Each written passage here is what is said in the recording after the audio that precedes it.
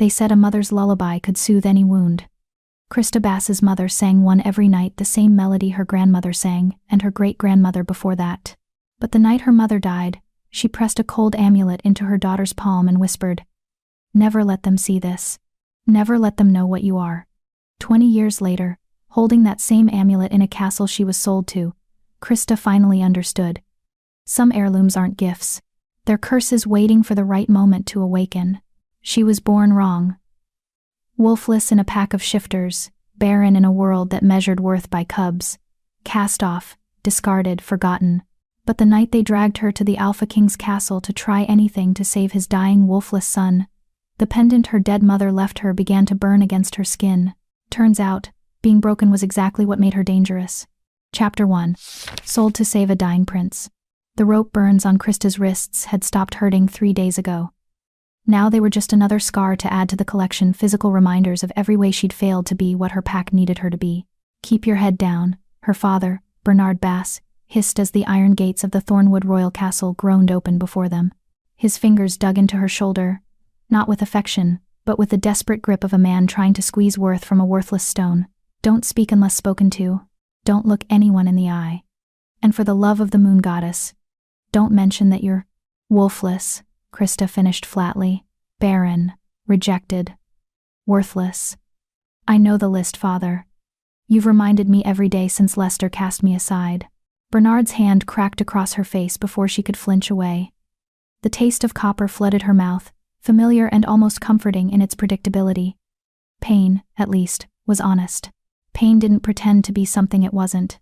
"You watch your tongue," Bernard snarled, his eyes flashing amber, the wolf rising just beneath the surface. The wolf Krista would never have. "Alpha King Raphael Thornton is giving us a chance. Giving you a chance. Every healer in the 5 kingdoms has tried to save Prince Todd. Every remedy, every ritual, every prayer to the moon goddess herself. Nothing has worked. The prince is dying, and if you can't do anything to help him, then you're no daughter of mine." Krista wanted to laugh.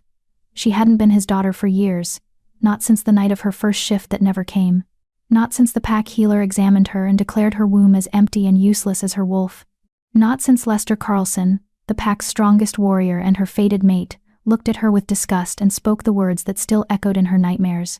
"I, Lester Carlson, reject you, Krista Bass, as my mate. May the moon goddess have mercy on your defective bloodline." But she didn't laugh. She just touched the amulet hidden beneath her threadbare dress.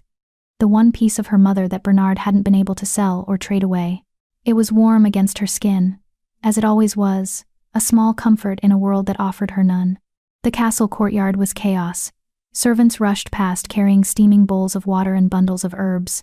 A woman in healer's robes emerged from a side entrance, her face pale and drawn, shaking her head at the waiting guards. Another failure. Another day closer to the prince's death. This way. A tall man in royal livery appeared before them, his nose wrinkled in distaste as he took in Krista's appearance. She knew what he saw. A thin woman with tangled dark hair. Wearing a dress that had been mended so many times it was more patches than original fabric. Her feet were bare and dirty from the 3-day journey. She looked exactly like what she was, a desperate father's last gamble. "The Alpha King is waiting." They were led through corridors that gleamed with wealth Krista couldn't fathom. Marble floors polished to mirrors. Tapestries depicting great battles and legendary wolves. Chandeliers dripping with crystals that caught the light and scattered it like fallen stars. Everything was beautiful, cold, and utterly foreign. Bernard walked with his chest puffed out, trying to look like he belonged. Krista simply tried not to trip over her own feet. The throne room doors swung open, and Krista's breath caught despite herself. Alpha King Raphael Thornton sat upon a throne of black iron and silver, his presence filling the vast chamber like a storm barely contained. His hair was more gray than black now, she noticed, and the lines around his eyes spoke of sleepless nights and impossible choices. But his amber eyes still burned with the power of his wolf, still commanded respect and fear in equal measure. Beside him stood a woman Krista assumed was Queen Inez, elegant, beautiful, and utterly devastated. Her hands twisted in her lap, and her eyes were red-rimmed from crying. "Bernard Bass." Raphael's voice rolled through the chamber like thunder. "You claim your daughter has abilities." Bernard shoved Krista forward, and she stumbled, catching herself before she fell flat on her face. "Yes, Alpha King, she She has a gift, from her mother's bloodline. Ancient healing magic, passed down through. He's lying, Krista said quietly. The chamber went silent. Bernard's face turned purple, and she could feel his rage radiating behind her like heat from a fire. But Krista was so tired of lies, so tired of pretending. She was going to die in this castle, she could feel it in her bones, and she refused to die wrapped in her father's desperate fabrications. I have no gift, she continued, raising her head to meet the Alpha King's eyes. It was forbidden for someone like her to look directly at royalty, but what did it matter now? I have no wolf. I have no ability to bear cubs. I am, by every measure of our world, worthless. My father brought me here because he heard you were trying anything to save your son, and he thought perhaps even a broken thing like me might be worth a few coins. You insolent. Bernard lunged forward, his hand raised to strike her again, but Raphael lifted one finger and 2 guards appeared, restraining Bernard with ease. Enough, Raphael said, his eyes never leaving Krista's face. You have remarkable honesty for someone in your position. Most would lie, claim powers they don't have, just for a chance at royal gold. I'm going to die anyway, Krista said simply. Might as well die honestly. Something flickered in Raphael's expression, surprise perhaps, or a grim sort of respect. He stood, descending from his throne with the fluid grace of a predator. You're right that we've tried everything. My son, Todd, was born wolfless. Like you. For 19 years we've searched for a cure, a remedy, anything that might give him what the moon goddess denied him. 3 months ago he became ill. Whatever held his condition in balance has broken, and now he's dying. Every healer says the same thing, his body is trying to shift, but with no wolf to shift into, it's tearing him apart from the inside. Krista's hand unconsciously went to the amulet beneath her dress. It was burning now, hotter than she'd ever felt it. She pressed her palm against it, trying to soothe the heat. We brought you here, Raphael continued, because there are old texts, ancient stories about bloodlines like your mother's, the Bass family, generations ago, before they fell into poverty. There are whispers of healing magic, of power that works differently than our wolf-born abilities. I don't know if any of it is true, but my son is dying, and I will try anything, even myths and desperate wishes to save him. I don't know anything about healing magic, Krista whispered. My mother died when I was 10. She never taught me anything except... She stopped, her hand still pressed against the burning amulet. Except what? Queen Ines spoke for the first time, her voice raw with hope and desperation. A lullaby, Krista finished quietly. She sang me a lullaby every night.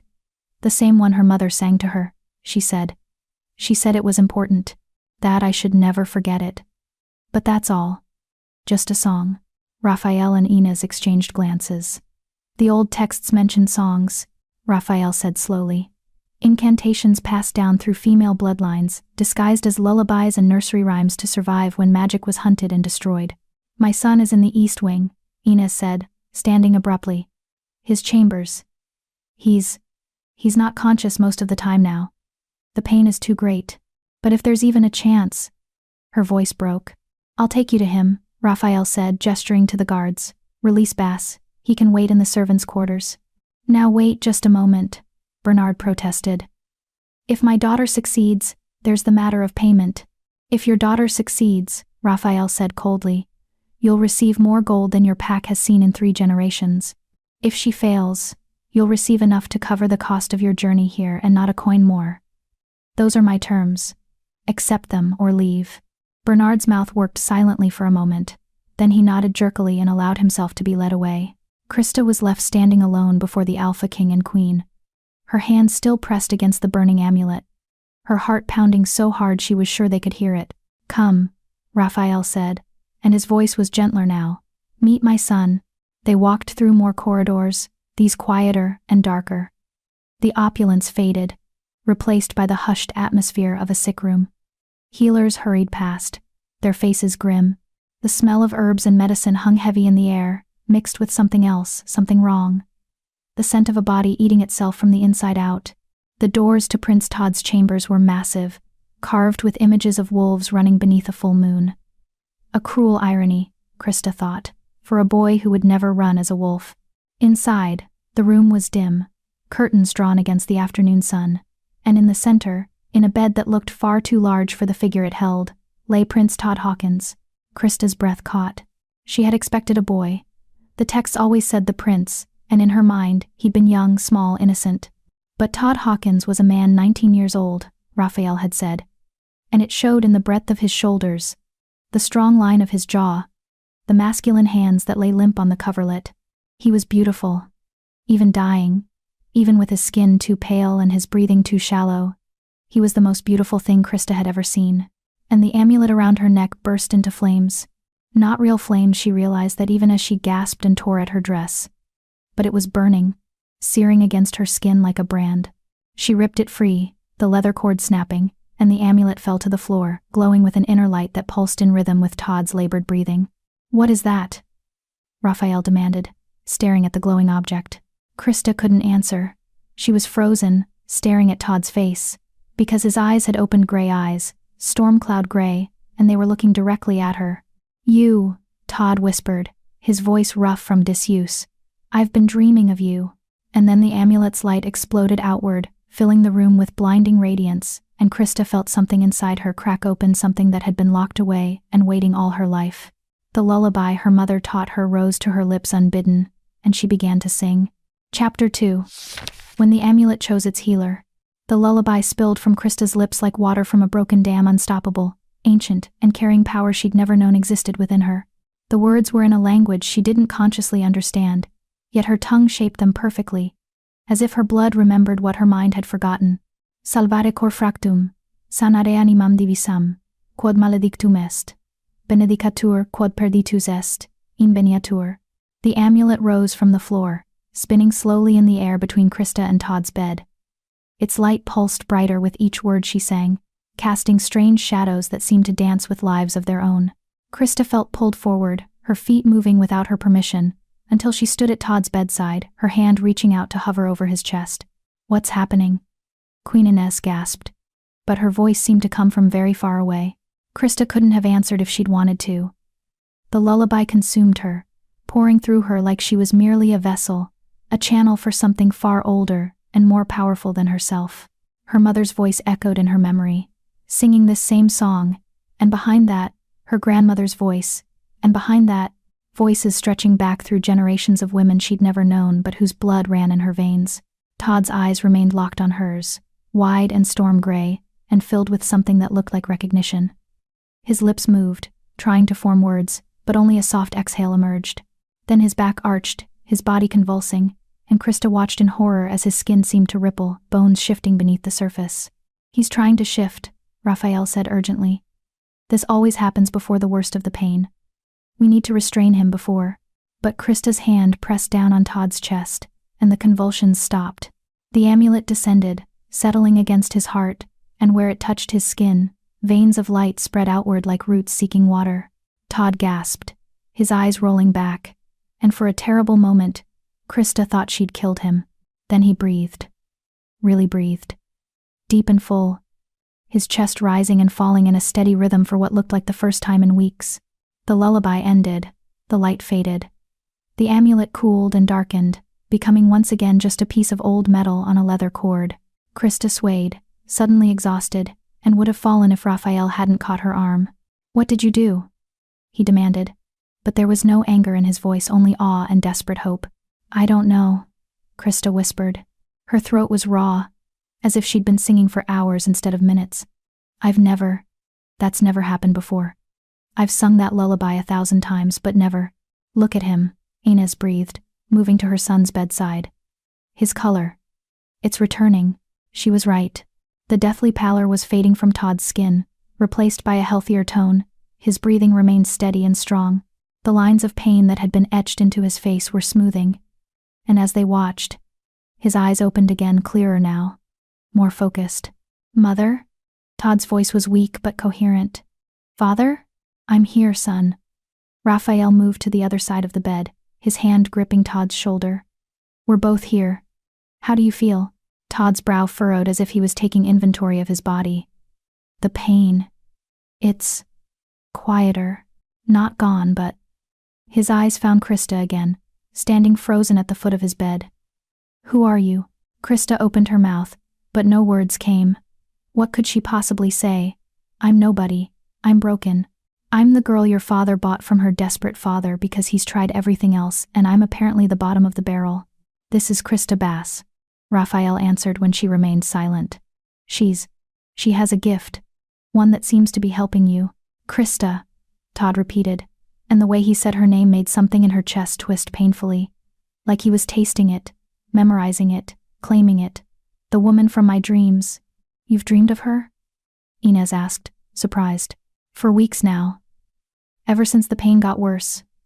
I thought. Todd's hand lifted, reaching toward Krista, and she saw how it trembled with the effort. I thought you were death, coming to take me, but you're real. I'm real, Krista confirmed, her voice barely a whisper. But I'm not death. I'm just the amulet, Raphael interrupted, pointing to the object still resting on Todd's chest. May I? Krista nodded, and Raphael carefully picked it up, holding it to the light. The metal was tarnished and old, inscribed with symbols that seemed to writhe and shift when looked at directly. In the center was a stone black as night, shot through with veins of silver that pulsed faintly, like a heartbeat. I've seen these symbols before, Raphael murmured. In the old texts. In the forbidden archives. His eyes snapped to Krista. Where did you get this? My mother gave it to me the night she died, Krista said. She told me to never let anyone see it. To never let anyone know what I was. But I never understood what she meant. I've worn it hidden under my clothes for 20 years. It's never done anything before. Not until she gestured helplessly at Todd. Not until you met my son. Raphael finished. He turned the amulet over in his hands, his expression grave. This is not just an heirloom, Krista. This is a key. And I think I need to show you something. Raphael, the boy needs rest, Inez protested, smoothing Todd's hair back from his forehead. Whatever explanations you need to give can wait until… No, Todd said, trying to push himself up on his elbows. He managed a few inches before his strength gave out. I want to know. I need to know why I'm like this. Why I've spent my whole life feeling broken and wrong. And why she… His eyes found Krista again. Why she makes the pain stop. Raphael nodded slowly. Very well. But Krista stays close. We don't know if the effect is temporary, or if her proximity is necessary to maintain it. They brought a chair for Krista, placing it beside Todd's bed. She sat gingerly, hyper-aware of how close she was to him now. Close enough to see the individual strands of his dark hair against the pillow. Close enough to smell the herbs that had been used to try to ease his pain.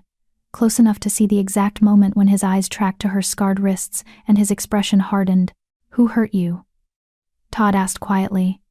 And there was something dangerous in his voice, something that reminded Krista that he might be Wolfless. But he was still the son of an alpha king. No one important, Krista deflected, tucking her hands into her lap to hide the rope burns. Liar, Todd said, but not unkindly. I've spent 19 years having people lie to me about what I am. Special, they called it. Unique. Blessed by the moon goddess with a different path. All pretty words for broken. Don't lie to me too. Krista met his eyes, saw the challenge there, the desperate need for honesty in a world that had probably fed him nothing but careful half-truths his whole life. My mate rejected me, she said flatly. My father tied my wrists when we traveled here because he was afraid I'd run away before he could sell me to your father. There. Honest enough for you? Something flickered in Todd's eyes, anger, yes, but also understanding. Kinship. Your mate was a fool. My mate was practical, Krista corrected. I'm Wolfless. Barren. I can't give him what a mate should give. He was right to reject me. No, Todd said firmly. He wasn't. But we can argue about that later. Father? He turned his head toward Raphael, who had been watching the exchange with an unreadable expression. The archives. Show us what you found. Raphael set the amulet on the bedside table and pulled a heavy leather-bound book from inside his jacket so old that the pages cracked when he opened it. 3 months ago, when Todd's condition worsened, I went to the forbidden archives, the locked section where we keep the texts that are too dangerous, too dark, or too controversial to allow general access. I was looking for anything, any legend, any myth, any scrap of hope. He turned the book so they could see the page. The text was written in an ancient script, but beneath it, someone had added a translation in modern language. In the 3rd century of the Wolf Wars, the House of Thornton rose to power through conquest and ruthless elimination of rival bloodlines. Among those destroyed was the house of Bass healers and seers who had served the wolf packs for generations. The last of the Bass matriarchs, before her execution, spoke a curse that would echo through the centuries. "You have taken our lives, our lands, our legacy. So too shall we take yours. Every firstborn son of Thornton blood shall be born as you have made us powerless, wolfless, broken. Only through the blood that you have spilled can the curse be undone. Only through the line you have destroyed can healing come. This is my gift to you, Alpha King, may you choke on it." The room was silent except for Todd's steady breathing and the distant sound of servants moving through the castle halls. Krista read the words again, then a third time, her mind refusing to accept what they meant. "My family cursed yours," she said numbly. "My ancestors did this to you. 5 centuries ago," Raphael confirmed. "And every generation since, the firstborn son of the Thornton line has been born without a wolf. Some survived it. Some went mad. Some, like Todd, developed this wasting sickness where the body tries to shift despite having no wolf to shift into. We've hidden it, disguised it, paid fortunes to keep the other kingdoms from knowing our weakness. Because if they knew the Alpha King's heir was wolfless, they'd invade," Todd finished. "They'd see us as vulnerable, weak, easy prey. But the curse mentioned blood," Inez said, her voice trembling. "Blood of the line that was destroyed. Does that mean—" Her eyes went to Krista, wide with horror. "No," Raphael said quickly. "I researched further. There are more texts, written by scholars who studied the curse centuries later.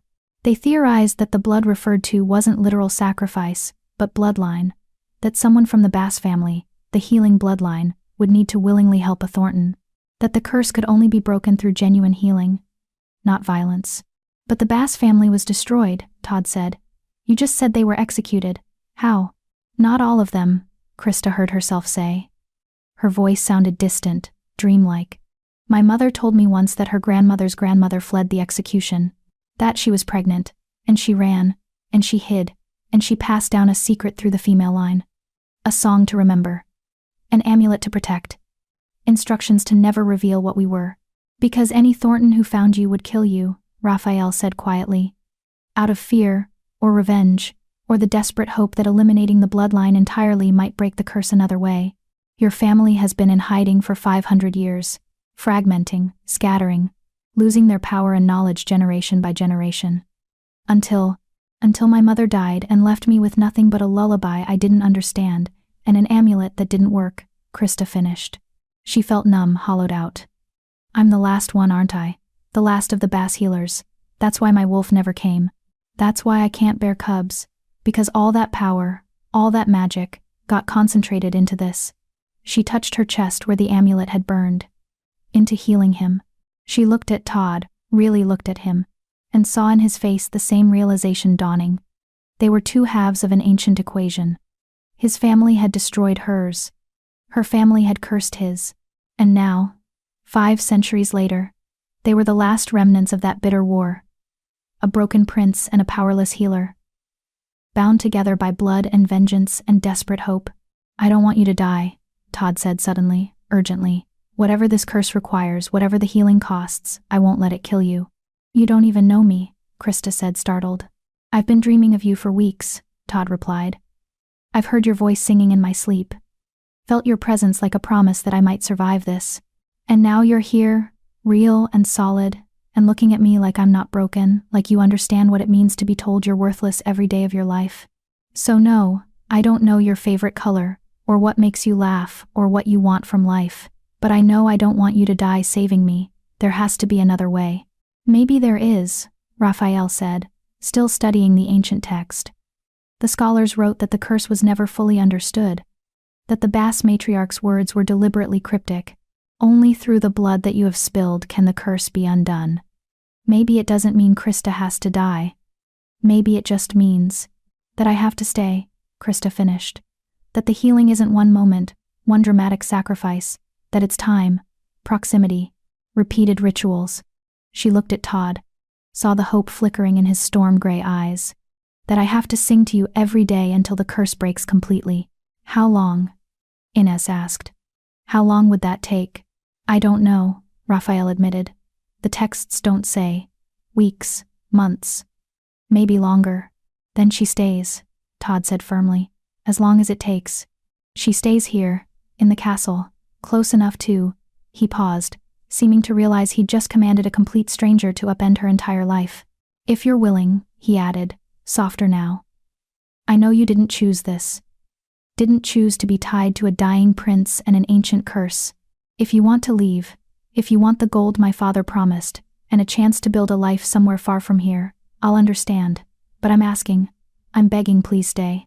Krista thought of the life waiting for her outside this castle. A pack that had rejected her. A mate who had discarded her. A father who had sold her like livestock. She thought of the tiny cottage she'd lived in alone, the pitying looks from pack members, the children who threw stones and called her hollow womb. She thought of the slow, grinding misery of waking up every day to a world that told her she had no purpose, no worth, no reason to exist. And then she looked at Todd, broken like her, cursed like her, and looking at her like she was the most important person in the world. I'll stay, she said. I'll sing the lullaby every night. We'll break this curse together. Todd's hand reached out, trembling, and Krista took it without thinking. His fingers closed around hers, and where their skin touched, she felt warmth spread through her, not the burning heat of the amulet, but something gentler. Something that felt like coming home. Together, Todd agreed, and squeezed her hand like a promise. From the bedside table, the amulet pulsed once with faint light, as if sealing a bargain that had been 5 centuries in the making. Chapter 3. Singing Life into Death. They gave Krista a room 3 doors down from Todd's chambers. It was larger than the cottage she'd lived in for the past 5 years, with a bed so soft she was afraid to sit on it.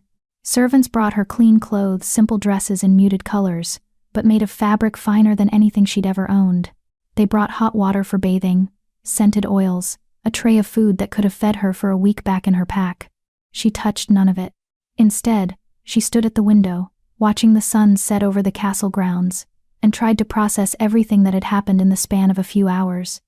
This morning, she'd been worthless, a burden her father was desperate to be rid of. Now she was apparently the key to breaking a 500-year-old curse, the last descendant of a powerful healing bloodline, and the only hope for a dying prince. It's too much, she whispered to her reflection in the window glass. I'm going to fail. I'm going to do something wrong, and he's going to die, and it will be my fault. A knock at the door made her jump. Miss Bass? A young woman's voice, tentative. May I enter? Yes, Krista called, turning from the window. The girl who entered couldn't have been more than 16, with red hair braided down her back and nervous green eyes. She curtsied awkwardly. I'm Noelle May, miss. I've been assigned as your lady's maid, to help you dress and whatever else you might need. I don't need a maid, Krista said automatically. Oh. Noelle's face fell. I'm sorry. I'll tell the head housekeeper that you don't want. Wait. Krista softened her tone. The girl looked terrified, and Krista knew that expression too well, the fear of failing, of being sent away, of not being good enough. I didn't mean I don't want your help. I just meant, I'm not used to being waited on. I don't know how any of this works. Noelle brightened slightly. Oh. Well, that's all right, miss. I can teach you. The way things work in the castle, I mean. The rules and protocols and such. Would that be helpful? Very, Krista admitted. She gestured to the tray of untouched food. For instance, am I supposed to eat that? Or was it just brought as a formality? You're meant to eat it, miss, Noelle said, moving to the tray and uncovering dishes. The cook prepared extra tonight because the Alpha King said you'd been traveling for days without proper meals. There's roasted chicken, fresh bread, vegetables and cream sauce, and apple tart for dessert. Krista's stomach growled loudly, betraying her. She couldn't remember the last time she'd eaten anything more substantial than stale bread and cheese. It seems like too much for one person. You need your strength, Noelle said firmly, sounding suddenly older than her years. If you're to help Prince Todd, you'll need to eat properly, build yourself up. You're too thin, miss, if you don't mind me saying so. Krista did mind, a little, but only because it was true and she was ashamed of it. She sat at the small table and forced herself to take a bite of chicken. The flavor exploded on her tongue, rich and savory and so delicious she nearly moaned. She hadn't realized how hungry she was until that moment. How is he? Krista asked between bites, trying to sound casual. The prince. I haven't heard any updates since this afternoon. Noelle's expression brightened. That's the talk of the whole castle, miss. He sat up for dinner. Sat up. He even ate a full meal without getting sick. The physicians are calling it a miracle. They say he looks better than he has in months. She leaned in conspiratorially. They're also saying you're a sorceress, that you used dark magic to heal him. And what do you think? Krista asked carefully. Noelle considered this. I think the prince has been dying for as long as I've worked here, and I think you sang a song and held a necklace, and now he's not dying. So if that's dark magic, then I'm glad for it. The prince is kind, miss. He doesn't deserve what's happening to him. Something in Krista's chest loosened. No, she agreed softly. He doesn't. After she'd eaten until she couldn't manage another bite, Noelle helped her into a nightgown soft cotton that felt like wearing a cloud, and brushed out her tangled hair with patient, gentle strokes. It was the first time anyone had tended to Krista with care instead of obligation or resentment, and she had to blink back tears. There now, Noelle said, setting down the brush. You look like a proper lady. Shall I braid it for sleeping? Please, Krista said. As Noelle's fingers worked through her hair, she asked, What time do I go to the prince tomorrow for the next ritual, or whatever it is? The Alpha King wants to meet with you first thing after breakfast, Noelle replied. He's bringing the royal scholars. They want to examine the amulet more closely and ask you about your family history. Then you'll go to Prince Todd in the afternoon. Krista's hands clenched in her lap. They want to study me. Like I'm some kind of curiosity. Can you blame them? Noelle asked, not unkindly. You're the first bass they've found in centuries. The first person who's ever been able to help the prince. They're curious, yes, but also desperate. The whole kingdom needs Todd to survive. He's the only heir. No pressure then, Krista muttered. Noelle tied off the braid and moved around to face her. You're scared. Terrified, Krista admitted. What if today was just luck? What if I can't do it again? What if whatever power I have runs out, or stops working, or I do something wrong and make him worse? Then you'll try again, Noelle said simply. That's all any of us can do, miss. Try, and fail, and try again. But you won't be alone in it. The whole castle will be supporting you. Me included. Krista managed a weak smile. Thank you, Noelle. Of course, miss. Now, you should rest. Tomorrow will be a long day. After Noelle left, Krista lay in the too-soft bed, staring at the ceiling, and knew she wouldn't sleep. Her mind was too full, her body too wired with anxiety and adrenaline. She kept seeing Todd's face the way he'd looked at her, the desperate hope in his eyes, the strength in his voice when he'd said together. She was still awake when the knock came at her door near midnight. Miss Bass? A male voice unfamiliar. The prince is asking for you. Krista was out of bed, and at the door in seconds, her heart pounding. Is something wrong? Is he? The guard standing in the hallway looked apologetic. He's stable, miss. But he can't sleep. The pain is returning. And he asked if he might come, if you're willing. Krista grabbed her shawl and the amulet from her bedside table, where she'd placed it carefully. Take me to him. Todd's chambers were dimly lit, just a few candles burning. In the great bed, she could see him shifting restlessly, his jaw clenched against pain. When he heard her enter, his eyes snapped open. Krista, he breathed, and the relief in his voice was palpable. I'm sorry. I know it's the middle of the night, and you need rest, but He broke off, gritting his teeth as his body spasmed. Don't apologize, Krista said, hurrying to his bedside. She sat in the chair that had been left there from earlier, close enough to see the sweat beading on his forehead. What do you need? The song? Please, Todd managed. It's not as bad as before, but it's there, under the surface, trying to tear me apart. Your voice, it helps. Krista placed the amulet on his chest, where it had rested before. It began to glow immediately, responding to their proximity. Then she took his hand, he reached for her automatically, desperately, and began to sing. Salvate cor fractum, sonata animum divisam. The words flowed easier this time, as if her body was remembering how to channel the power. Todd's breathing evened out almost immediately, the tension draining from his muscles. His grip on her hand loosened from desperate to gentle, his thumb unconsciously stroking across her knuckles. Krista sang all the verses she knew, then started over, creating a continuous loop of melody. She watched Todd's face as she sang, saw the pain lines smooth away, saw something like peace settle over his features. He was so young, she realized. Only 19. He'd spent his entire life in pain, in fear, knowing he was different and broken and failing every expectation placed on him. Just like her. Better? She asked softly when she paused between verses. Much better, Todd murmured, his eyes opening to meet hers. You have a beautiful voice. Has anyone ever told you that? Krista laughed bitterly. No. Usually when I sing, people ask me to stop. They say it's unsettling, that it makes them uncomfortable. Because they can feel the power in it, Todd said. Even when you weren't consciously using it, they sensed something old and dangerous in your voice, and it scared them. Is it scaring you? No. Todd's answer was immediate and certain. Nothing about you scares me. You're the first thing in my life that's ever felt right. Like a piece of a puzzle finally clicking into place. Krista's breath caught. I feel that too, she admitted. Like I've been waiting my whole life to meet you, which is insane because we only met this afternoon. Maybe not so insane, Todd said quietly. My dreams of you started weeks ago.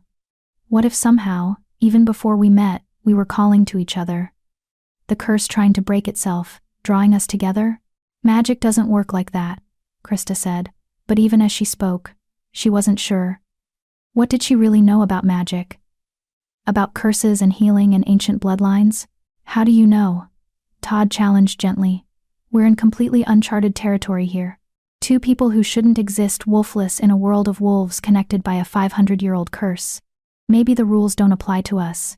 Maybe we get to write our own. The amulet pulsed between them, its light soft and steady now like a heartbeat. Krista found herself leaning closer, drawn by something she couldn't name. Todd's eyes tracked her movement, darkening with an emotion she couldn't quite read. Sing for me again, he whispered. Please. So she did. She sang until her voice grew hoarse, until Todd's breathing deepened into sleep, until the candles burned low and the first hints of dawn began to lighten the sky. Her hand never left his, and his never let hers go. When Noelle found her there at sunrise, still sitting beside Todd's bed, the maid smiled knowingly but said nothing. She just brought fresh clothes and helped Krista change in the adjoining dressing room, then braided her hair again while Todd continued to sleep peacefully. He looks different, Noelle observed, glancing at the prince. More color in his face. Less pain around his eyes. He's healing, Krista said, and felt the truth of it in her bones. Slowly. But it's working. Good, Noelle said firmly. The kingdom needs him. And I think... She hesitated, then continued carefully. I think he needs you, miss. Not just for the healing, but as a person. Someone who understands him. Krista didn't know how to respond to that, so she said nothing. But as she looked at Todd's sleeping face, at the way his hand still rested on the bed where hers had been, she felt something shift in her chest. Something that felt dangerously like hope. The meeting with Alpha King Raphael and his scholars was every bit as overwhelming as Krista had feared. They sat in a private study filled with ancient texts and artifacts. 5 elderly men and women who studied her like she was a specimen to be dissected and catalogued. Tell us about your mother. The eldest scholar, a woman named Gail Hudson with sharp gray eyes, demanded. Everything you can remember. What she looked like, what she could do, what she told you about your heritage. Krista's hands twisted in her lap. She was beautiful. Dark hair like mine, but green eyes. She could grow things not with magic that I ever saw, but she had a way with plants. Everything she touched seemed to flourish. She made healing salves and teas for the pack, though they barely paid her for it. Did she have a wolf? Another scholar asked, making notes on parchment. I don't think so, Krista said slowly. I never saw her shift. But she died when I was 10, and I always assumed it was because I was too young to remember her wolf.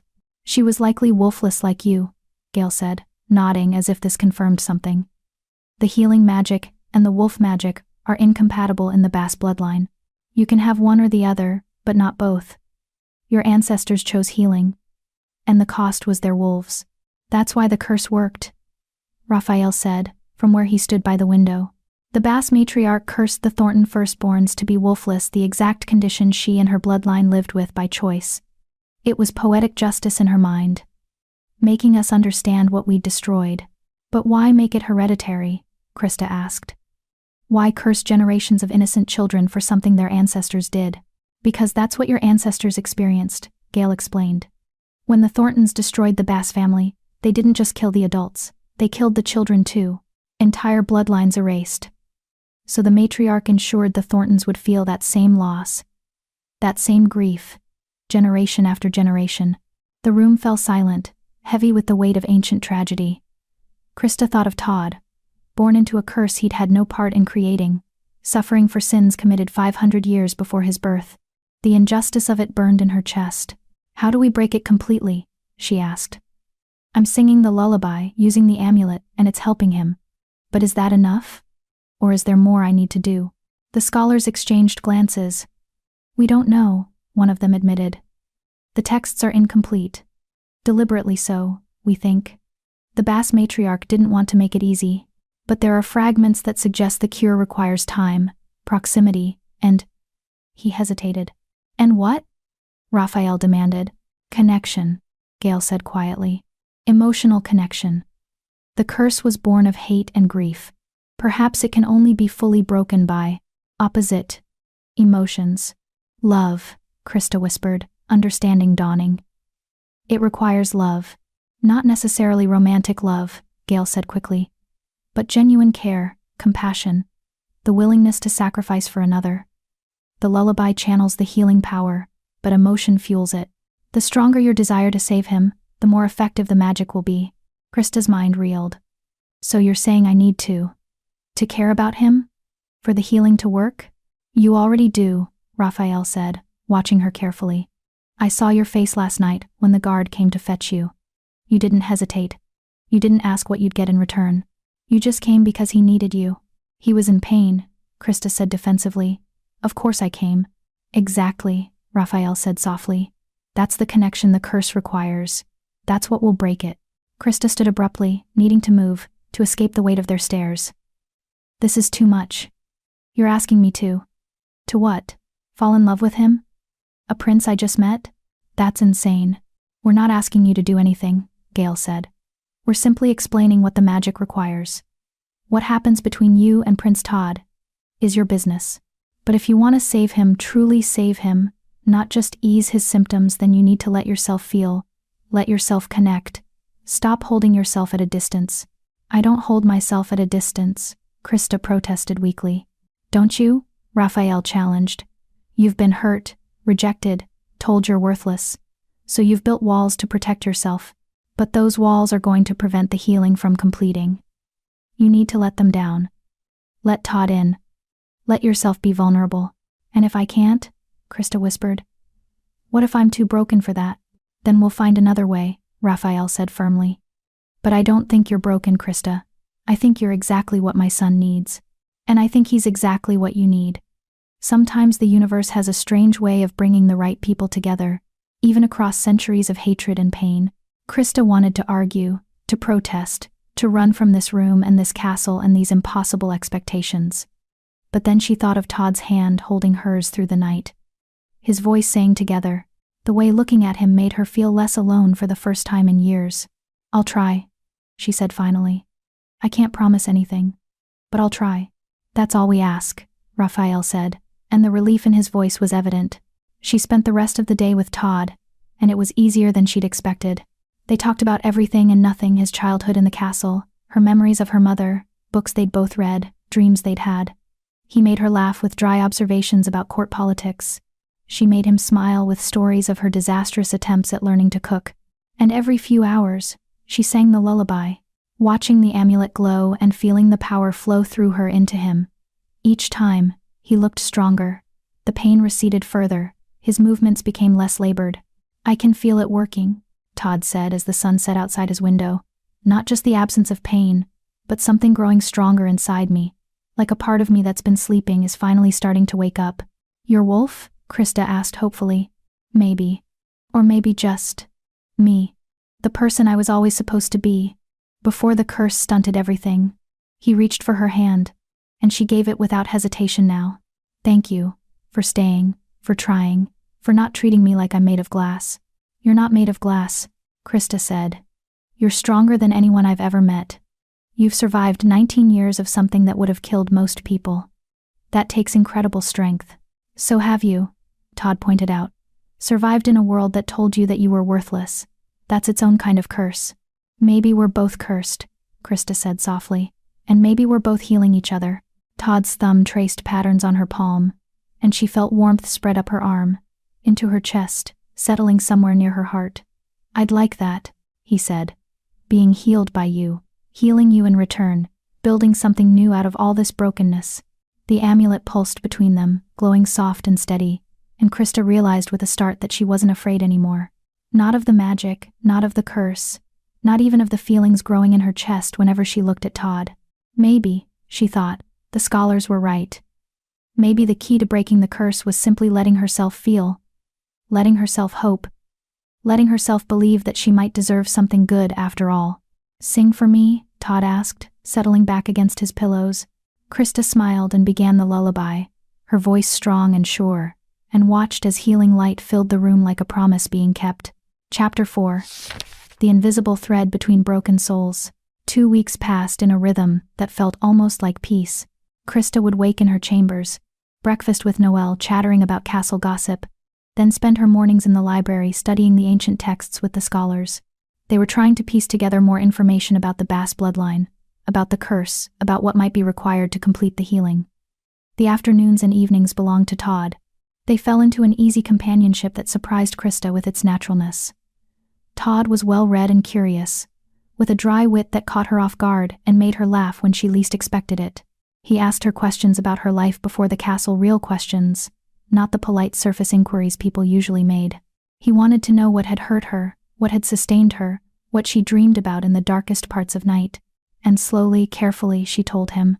"Lester was my fated mate," Krista said one afternoon, sitting in the chair that had become permanently stationed beside Todd's bed. He was strong enough now to sit up for hours at a time, to walk around his chambers without becoming winded. The improvement was undeniable, miraculous even. But he still needed the nightly rituals, still needed her proximity to keep the pain at bay. "I felt the bond snap into place the moment I turned 18.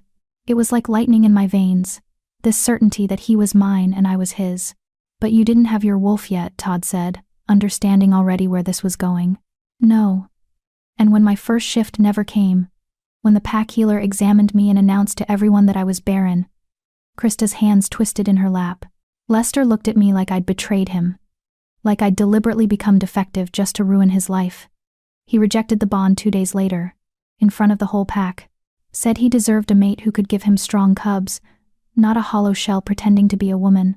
Todd's jaw clenched, his hands fisting in the bed covers.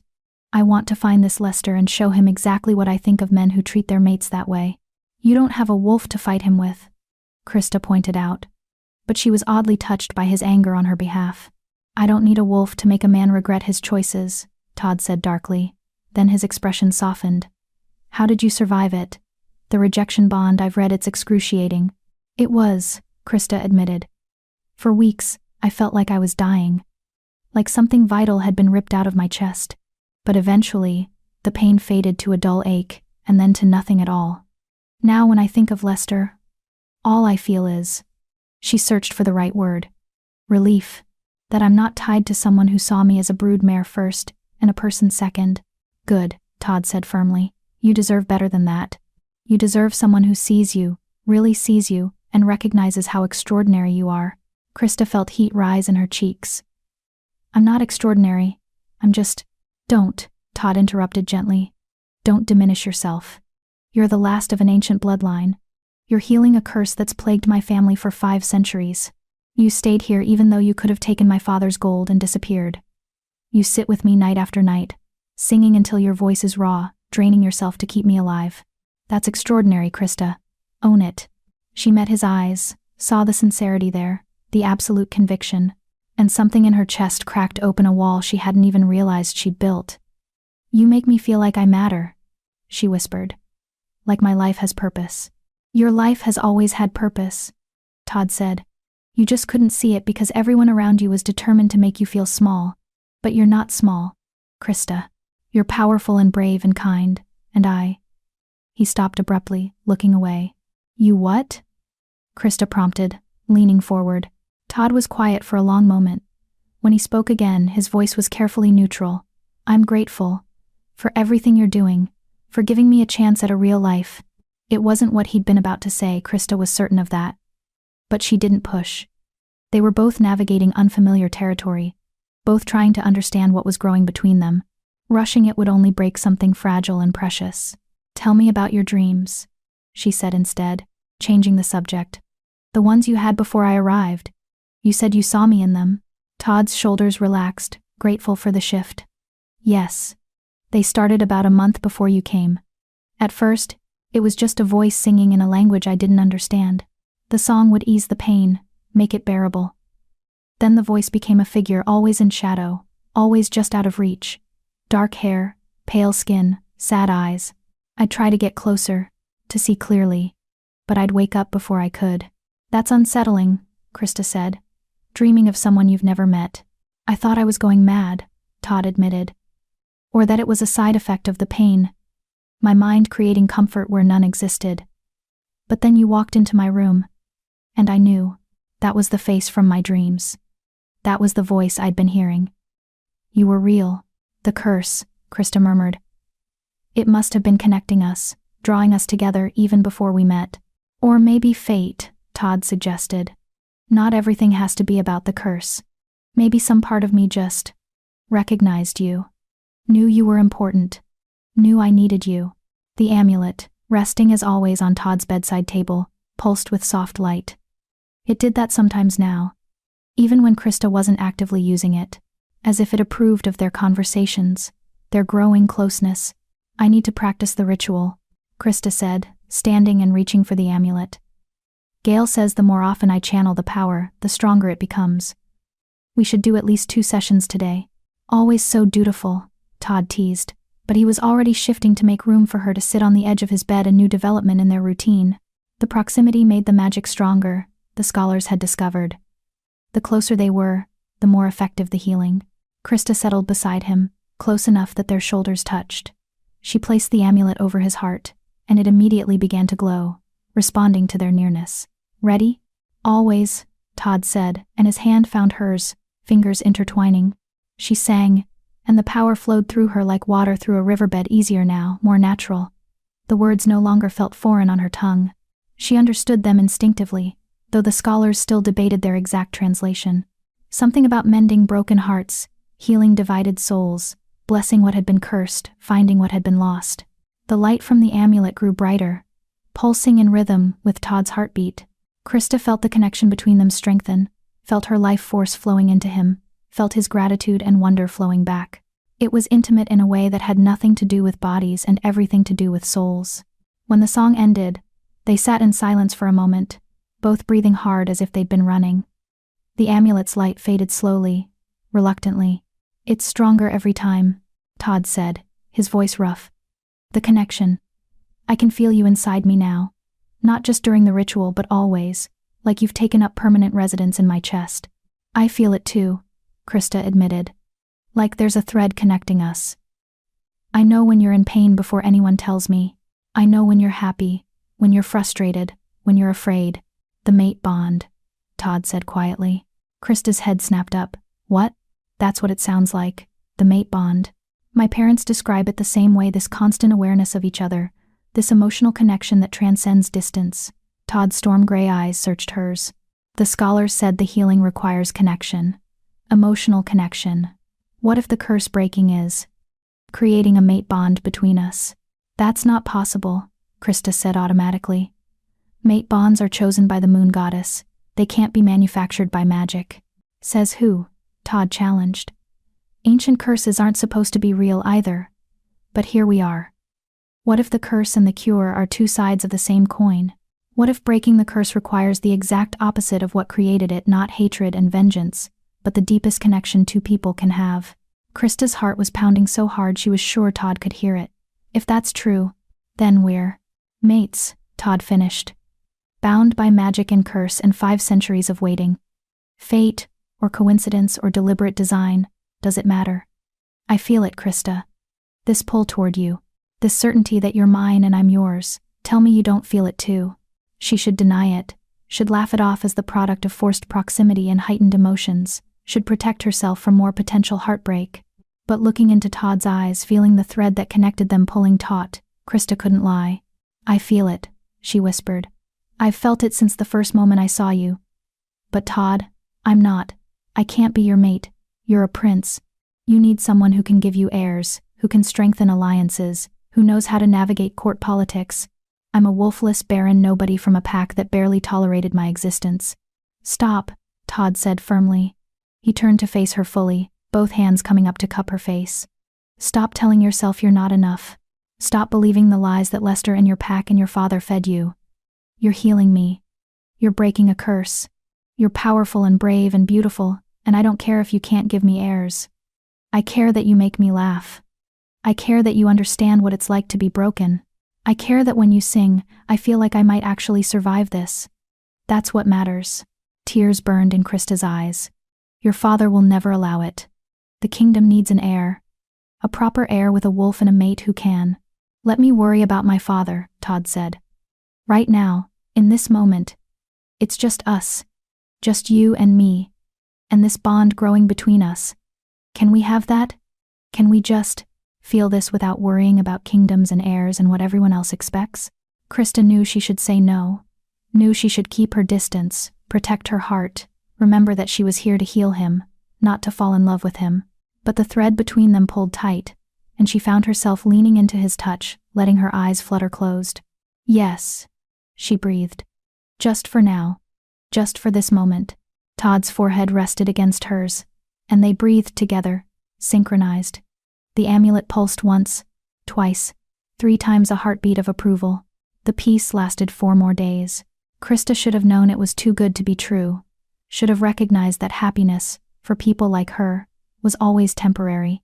But she'd been lulled into complacency by Todd's steady improvement, by the easy rhythm of their days, by the way he looked at her like she hung the moon. She was in the library with Gale when Noelle came running in, her face pale and panicked. "Miss Krista, come quickly. It's the prince." Krista was on her feet and moving before Noelle finished speaking, her heart in her throat. She ran through the corridors, not caring about protocol or propriety, only that Todd needed her and she wasn't there. She burst into his chambers to find chaos. Todd was on the floor, convulsing violently, his body arching and twisting in ways that looked impossible. His skin was shifting, patches of fur appearing and disappearing, bones cracking and reforming, his face contorting between human and something else, the half-shift, the thing that was killing him. "What happened?" Krista demanded, dropping to her knees beside him. "We don't know," one of the physicians said, hovering uselessly. "He was fine this morning. Then he complained of pain and collapsed. We can't get him to stabilize." "Where's the amulet?" Krista asked urgently. "Here." Raphael appeared, holding it out to her. "We tried placing it on him, but without you, it does nothing." Krista took the amulet and pressed it to Todd's chest. His eyes flew open, wild, unfocused, more wolf than human. He didn't seem to recognize her. "Todd," she said firmly, pouring every ounce of command she could muster into her voice. "Todd, look at me, focus on me." His eyes found hers, and some of the wildness receded. She began to sing, loud and strong, pushing the power through the amulet with everything she had. The lullaby filled the room, and slowly, agonizingly slowly, Todd's convulsions eased. But not completely. His body was still shifting, still trying to transform into something it couldn't become. The fur receded, but his eyes remained more amber than gray. His hands were tipped with claws that kept appearing and disappearing. "It's not enough," Gale said from the doorway, her voice grave. "The curse is fighting back. It knows it's losing, so it's surging, trying to kill him before the healing can complete." "What do I do?"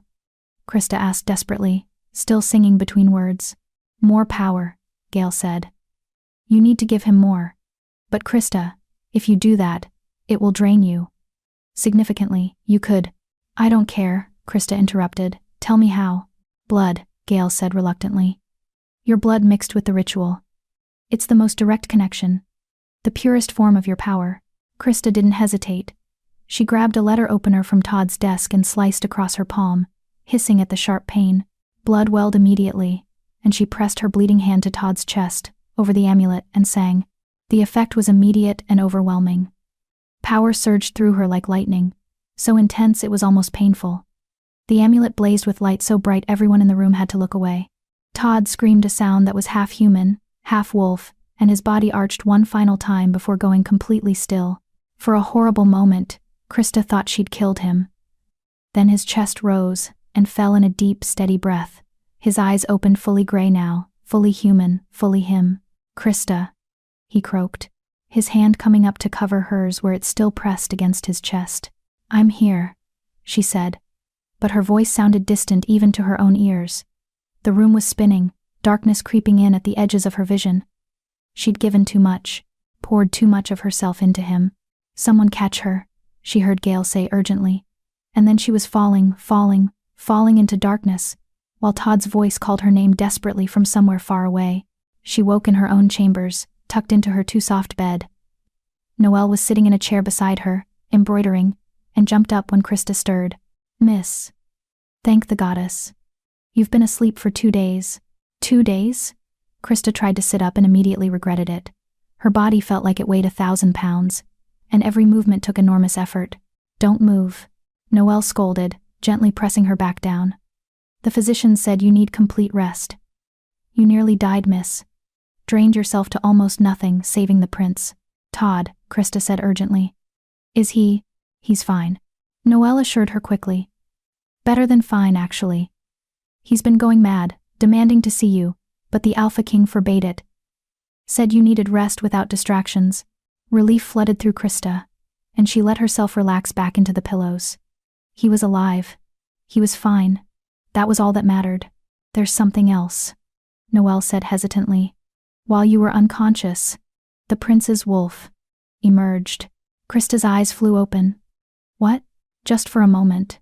He was so upset about you collapsing that he shifted partially. They said it was the first time he'd ever managed it. Black fur, amber eyes. It only lasted a few seconds before he changed back, but miss, he shifted. The curse is breaking. Whatever you did, it's working." Tears leaked from the corners of Krista's eyes. It was working. All the pain, all the effort, all the risk, it was worth it. Todd was healing. Really healing. "There's more," Noelle continued, her voice dropping to a whisper. "The Alpha King sent for a healer from the neighboring kingdom. A woman from a distant branch of your family, the Bass bloodline. She arrived this morning." Ice flooded Krista's veins. "What?" "Her name is Amy Zhang. She's a cousin, the scholars say. Descended from the same bloodline as you, but from a branch that fled east instead of west. She has the healing magic too. And miss." Noelle's expression was pained. "She's beautiful, educated, well-spoken, everything a prince's consort should be. The Alpha King is considering having her continue your work. Heal the prince the rest of the way, while you recover." "No," Krista said, trying to sit up again despite the exhaustion dragging at her. "No, she can't. The bond, Todd and I are connected. Another healer might hurt him, might disrupt." "I know, miss," Noelle said gently, "but you're in no condition to argue, and the Alpha King is concerned about you dying. He says if this Amy can finish the healing, you can rest and recover. He thinks he's protecting you." But Krista knew better. This wasn't about protection. This was about finding a more suitable match for the prince. Someone who could be both healer and proper consort. Someone who wouldn't embarrass the royal family. Someone who wasn't her. "I need to see Todd," Krista said, forcing herself to swing her legs over the side of the bed despite her body's protests. "Now, miss, you can't." "Noelle," Krista said firmly. "Either help me walk, or I'll crawl." "But I'm going to him." Noelle bit her lip, then nodded. "At least let me help you dress properly. If you're going to fight for him, you should look the part." As Noelle helped her into a simple but elegant dress, Krista felt the thread connecting her to Todd pulling taut. He was close, and he was afraid. She could feel his anxiety like it was her own, could sense his desperation to reach her. The mate bond, she realized. It was fully formed now, undeniable. And if the Alpha King thought he could sever it by bringing in another healer, he was about to learn exactly how powerful the Bass bloodline could be when protecting what was theirs. She was done being passive, done letting others dictate her worth. Todd was hers, chosen by magic and curse, and something deeper than either. And she'd be damned if she'd let anyone take him away. Chapter 5. A beautiful threat arrives. Krista made it halfway down the corridor before her legs gave out. Noelle caught her with surprising strength for such a small woman, bracing her against the wall while Krista fought to catch her breath. "You can't do this, miss," Noelle pleaded. "You're going to collapse again." "Then I'll collapse in front of Todd," Krista said stubbornly. So he knows I fought to get to him. The bond in her chest pulled insistently, and she could feel Todd's emotions churning: frustration, worry, anger, and beneath it all, a desperate need to see her, to confirm she was alive and whole. She sent what comfort she could back along the thread, hoping he could feel it. At least let me get a wheelchair, Noelle said. There's no shame in. There you are. Both women turned to find Amy Zhang standing at the end of the corridor, and Krista's heart sank. Noelle hadn't been exaggerating. Amy was beautiful, tall and elegant, with glossy black hair that fell in perfect waves down her back and striking features that spoke of carefully maintained nobility. She wore a dress of deep burgundy that probably cost more than Krista's entire wardrobe, and carried herself with the confidence of someone who had never been told she wasn't enough. You must be Krista Bass, Amy said, gliding closer with a smile that didn't reach her eyes. I've heard so much about you. The Alpha King speaks very highly of your dedication to healing Prince Todd. Does he? Krista said flatly, refusing to be charmed by the false pleasantness in Amy's voice. Oh yes. He's quite grateful for everything you've done, which is why he's so concerned about your health. Amy's gaze swept over Krista, taking in her pallor, her trembling hands, the way she needed Noelle's support to remain standing. You've given so much of yourself. Too much, perhaps. It's admirable. Truly. But also rather reckless. I did what was necessary to save his life, Krista said. Of course you did. And now it's time to let someone else shoulder the burden. Amy's smile widened slightly. I've already met with Prince Todd. Such a lovely young man. Quite handsome, despite his condition. I've assured him that I'm more than capable of continuing the healing work while you rest and recover. The thread in Krista's chest went taut with alarm, and she felt Todd's presence drawing closer. He was coming to her, she realized, fighting his way through whatever obstacles his father had placed to keep them apart. How did he respond? Krista asked, keeping her voice carefully neutral. He was polite, Amy said, and there was something smug in her expression now. Reserved, of course, given his condition. But I could sense the gratitude beneath the surface. He knows his father is trying to protect him by ensuring the best possible care. I'm the best possible care, Krista said, and she didn't care how arrogant it sounded. Todd and I have a connection. A bond that makes the healing more effective. Another healer, even one from my bloodline, won't have that. Ah yes, this supposed bond. Amy's tone made it clear what she thought of that claim. The Alpha King mentioned you might argue that. But bonds can be formed with time and proximity, can they not? Perhaps what you're feeling is simply the natural result of spending so much time together. Not destiny, just familiarity. It's more than that, Krista insisted, but doubt crept in despite her certainty. What if Amy was right? What if what she felt for Todd was just gratitude, desperation, the product of two broken people clinging to each other? Miss Krista, a young guard came running up, slightly out of breath. The prince is asking for you. He's in the West Gallery. He says, well, he's refusing to return to his chambers until he sees you. Relief and worry warred in Krista's chest. Take me to him. The Alpha King gave strict orders, the guard began. I don't care about his orders, Krista interrupted. Take me to Prince Todd, now. The guard looked between Krista's determined face and Amy's calculating expression, then made his decision. This way. Noelle helped Krista follow the guard, leaving Amy standing in the corridor. Krista could feel the other woman's eyes boring into her back, assessing, measuring, planning. Amy Zhang wasn't just a healer, she was a rival. And she had the backing of the Alpha King. The West Gallery was a long corridor lined with portraits of Thornton ancestors. Todd stood at the far end, staring out a tall window, his shoulders rigid with tension. He turned the moment Krista entered, and the relief that washed over his face was so profound it made her breath catch. Krista, he breathed, crossing the distance between them in quick strides. He reached for her, then seemed to remember himself and pulled back. You're awake. How are you feeling? Should you be out of bed? I'm fine, Krista lied. I needed to see you. Todd's eyes swept over her, and she knew he could see past the lie. You're pale, you're trembling. You nearly died because of me, and my father wants to. He broke off, his jaw clenching. He wants to replace you. With Amy Zhang. Says you need rest, that I'm draining you, that it's not sustainable. What do you want? Krista asked quietly. Todd's eyes locked on hers. You. Only you. The bond between us, it's not something that can be replicated or replaced. I tried to explain that to my father, but he thinks I'm confused, that I'm mistaking gratitude for something deeper. Amy said the same thing, Krista admitted. Amy is wrong, Todd said firmly. He stepped closer, close enough that Krista could feel the warmth radiating from him. I know what I feel. This isn't gratitude or convenience or desperation. This is… He pressed his hand to his chest. Over his heart. You're here. Inside me. Constant and undeniable. When you collapsed, I felt it. Your pain, your fear, your life force flickering like a candle in wind. It nearly destroyed me. I felt you too, Krista whispered.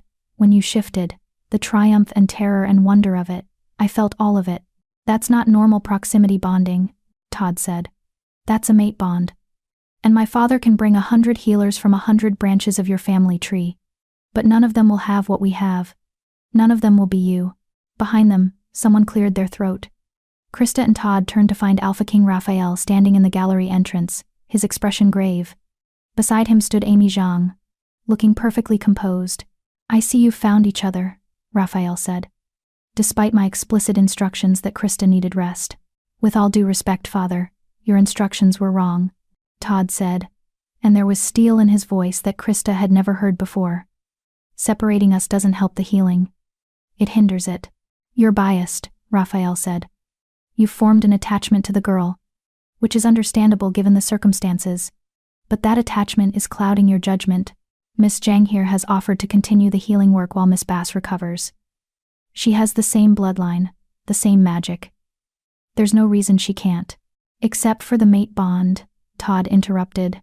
The silence that followed was deafening. Raphael's eyes widened, and Amy's perfect composure finally cracked, her face twisting with something ugly before she smoothed it away. Mate bond? Raphael repeated slowly. Todd, you don't have a wolf. You can't form a mate bond without… The magic did it, Todd said. The healing created it. Or maybe it was always meant to be, and the curse was keeping it dormant. I don't know how it works, Father, but I know what I feel. Krista is my mate. The moon goddess herself couldn't have chosen better. This is impossible, Amy said, her voice sharp. Mate bonds are sacred. They can't be manufactured by magic. What you're feeling is a side effect of the healing, a temporary connection that will fade once the curse is fully broken. You don't know that, Krista said, finding her voice. None of us know how this works. We're in uncharted territory. Exactly, Raphael said, which is why we need to be cautious. Todd, if this bond is real, it will persist even if Miss Bass rests and Miss Zhang takes over the healing for a few weeks. If it's not, if it's just a product of the magic, then we need to know that before you make any permanent declarations. No, Todd said flatly. I won't risk disrupting the healing by introducing another variable. Krista stays. She continues the work. That's final. You don't give orders to the Alpha King, Raphael said, his voice hardening. Not even if you are my son and heir. Then strip my title, Todd said recklessly. Because I'm not letting you separate us. Not when she's the only thing keeping me alive. The thread in Krista's chest pulled tight with Todd's desperation, and she felt an answering surge of protectiveness so fierce it made her dizzy. Or maybe that was just the exhaustion. Either way, she swayed, and both Todd and Noelle reached for her simultaneously. She's going to collapse, Noelle said urgently. Please, Alpha King, let her rest. In her own chambers, close to the prince. Let them maintain the bond while she recovers. Surely that's a compromise? Raphael looked at Krista's pale face, at the way Todd held her with such careful desperation, and something in his expression softened. Very well. But Miss Zhang will observe, study the techniques, learn the rituals, so that if when Miss Bass needs a break, we have an alternative. Father, Todd began to protest. That's my final offer, Raphael said firmly. Take it or I'll have Miss Bass move to the far wing of the castle. Todd looked at Krista, and she gave him the smallest nod. It wasn't ideal, but it kept them together. That was what mattered. Fine, Todd said. But Amy doesn't interfere with the healing. She observes only. Agreed, Raphael said. He turned to Amy. You'll report your observations to me and the scholars. Objectively and thoroughly.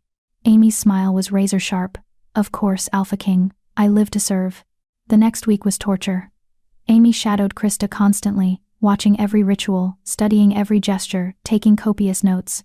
Her presence made Krista's skin crawl, made the magic feel sluggish and reluctant. But worst of all was the way Amy looked at Todd with poorly concealed desire and calculating ambition. "She wants him," Noelle whispered one evening, while helping Krista dress for dinner. "Not for love, for power.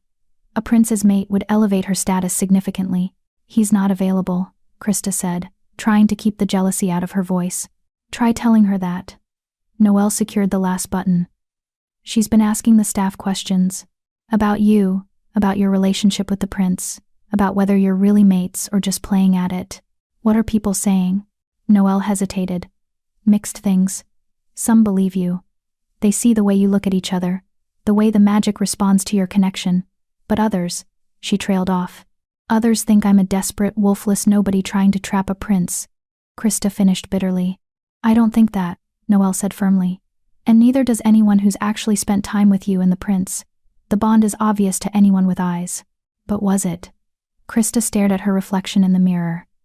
She looked better than she had a week ago. Some color had returned to her cheeks, and the constant exhaustion had faded to a manageable fatigue. But she still looked like exactly what she was. A commoner in borrowed finery, playing at being someone important. Amy, by contrast, looked like she'd been born to stand beside a prince. She moved through the castle with easy grace, charmed the servants, impressed the scholars with her knowledge of ancient healing practices. She was everything Krista wasn't: polished, educated, confident. "Stop it," Noelle said, reading Krista's expression. "You're spiraling. The prince chose you. The magic chose you. That's all that matters." But when Krista entered Todd's chambers for the evening ritual and found Amy already there, laughing at something Todd had said, doubt crept back in. "Krista," Todd said immediately, his attention shifting entirely to her. "I was just telling Amy about the dream I had last night. Another memory surfacing, I think. From before the curse." "How fascinating," Amy said, her smile never wavering. "The mind is remarkable, isn't it? Storing memories we don't consciously recall. I'd love to hear more about these dreams, Prince Todd. Perhaps during tomorrow's observation session?" "Perhaps," Todd said non-committally, then gestured for Krista to join him. "Are you ready for the ritual?" Krista nodded, moving to her usual spot on the edge of his bed. Amy settled into a chair in the corner, notebook ready, eyes sharp and assessing. Krista tried to ignore her, focusing instead on the amulet in her hands, on the warmth of Todd's presence beside her. She began to sing, but the words felt clumsy on her tongue. The power didn't flow as smoothly as usual, catching and stuttering like a stream encountering rocks. Todd's brow furrowed, and Krista felt his concern through the bond. "It's fine," she murmured between verses. "Just tired." But it wasn't fine. The ritual that usually took 20 minutes stretched to 40, and when it finally ended, Krista was gasping for breath, sweat beading on her forehead. The amulet had barely glowed at all. "Interesting," Amy said, scribbling notes. "The efficacy seems to be declining." "Tell me, Krista, how much of your own life force do you estimate you're transferring during each ritual?" "I don't know," Krista admitted, wiping her forehead with a shaking hand. "And you've been doing this twice daily for nearly 3 weeks now?" Amy's tone was clinical, detached. "No wonder you're exhausted. The human body, even one with magical ability, simply isn't designed for this level of sustained energy transfer." "What are you saying?" Todd asked, his hand finding Krista's and gripping it tightly. "I'm saying that this method, while effective initially, may not be sustainable long-term," Amy said. "The bass healing magic was never meant to be channeled so intensely for such extended periods. It's designed for acute intervention, healing a specific wound, curing a specific illness. What you're asking Krista to do is essentially pour her life force into you, drop by drop, until either the curse breaks or she runs dry." "That's not," Krista began. "Isn't it?" Amy challenged.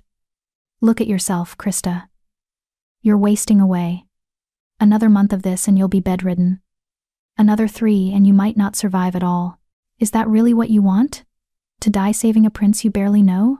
"I know him," Krista said fiercely. "Better than you ever could." "Do you? You've spent, what, a month together?" "Under extraordinary circumstances, yes. But hardly enough time to truly know someone. Especially when you're both desperate, him for healing, you for purpose." "Amy, that's enough," Todd said coldly. "I'm simply being honest," Amy said, spreading her hands innocently. "Someone needs to say these things. The Alpha King asked me to observe objectively, and objectively, I see a healing process that's destroying the healer. There are other methods, slower, perhaps, but safer. I could teach you, Krista. We could work together, divide the burden between two healers instead of placing it all on your shoulders. It was a reasonable offer. A logical solution. So why did every instinct in Krista's body scream at her to refuse? The bond, she said. Todd and I are connected. Splitting the healing between us might break that connection. Or it might strengthen it by ensuring you survive, Amy countered. A mate bond can't exist if one mate is dead. Todd's hand tightened painfully on Krista's. What's your real goal here, Amy? Because this sudden concern for Krista's well-being rings false. Amy's mask slipped for just a moment, revealing something cold and calculating beneath. My goal is to heal you, Prince Todd. By whatever means necessary. If that means working with Krista, wonderful. If it means replacing her when she inevitably burns out, I'm prepared to do that too.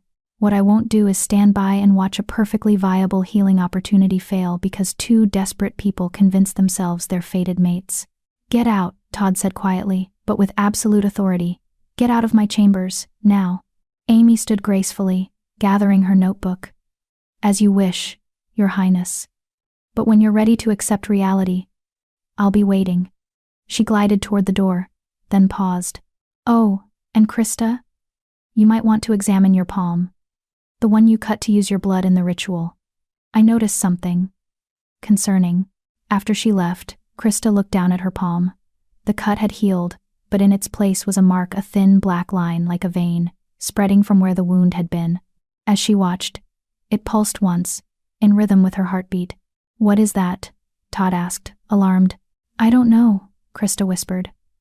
But even as she said it, she felt a chill run down her spine. The mark looked wrong. Felt wrong, like something dark had taken root beneath her skin. We need to show this to the scholars, Todd said, already standing. Now. But as they headed for the door, Krista felt the mark pulse again, and with it came a flash of memory, not her own but older, ancient. A memory from the bloodline itself. Blood given freely breaks the curse. Blood given in desperation feeds it. She'd used her blood in desperation, in panic, in fear of losing Todd. And somehow, in doing so, she'd tied herself even more deeply to the curse than she'd intended. Not as a healer, but as a sacrifice. Amy had been right about one thing. Krista was running out of time. But it wasn't because the healing was draining her. It was because the curse had found a new host. Chapter 6, The Terrible Truth. The scholars gathered in Raphael's private study, forming a circle around Krista as she held out her marked palm. Gail Hudson leaned in close, her gray eyes narrowed in concentration, while the other scholars murmured amongst themselves in increasingly worried tones.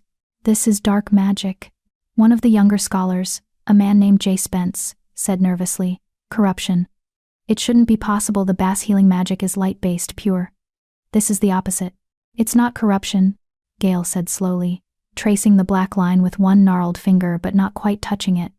It's transference. Krista, when you used your blood in the ritual, what were you feeling? Terror, Krista admitted. Todd was dying. The normal ritual wasn't working. I was desperate. And you cut yourself without protection, without proper preparation, without understanding what you were doing, Gail said. It wasn't a question. The Bass magic requires emotional purity, calm, clarity, compassionate intent. You gave it desperation and fear instead. What does that mean? Todd demanded from where he stood behind Krista, his hand on her shoulder. What did she do? She created a backdoor, Gail said grimly. The curse is intelligent, in its way. Ancient magic always is. It's been trying to kill Todd for 19 years, and suddenly it's losing. Krista's healing was breaking it apart, dissolving it, so it adapted. When she used her blood in desperation, the curse saw an opportunity, a new host, one with even more magical potential than Todd. The room went silent. Krista felt the blood drain from her face. You're saying the curse jumped from me to Krista? Todd asked, his voice hollow. Not jumped, Gail corrected. Expanded. It's still in you, Todd, but now it's in her too. Feeding on her life force, using her own magic against her. The more she heals you, the more it grows in her. Eventually. Eventually what? Krista whispered, though she already knew the answer. Eventually it will consume you, Gail said quietly. Transform you from healer to cursed. and once that happens, you won't be able to heal Todd anymore. The curse will have won. How long? Raphael asked, his voice tight. Gale examined the mark again. The spread is slow. At this rate, perhaps 6 weeks before it reaches her heart. Once it does. She didn't need to finish. Then we remove it, Todd said firmly. Cut it out, burn it away, whatever it takes. It's not that simple, Jay interjected. This isn't a physical wound, it's magical corruption woven into her life force. Removing it would kill her just as surely as letting it spread.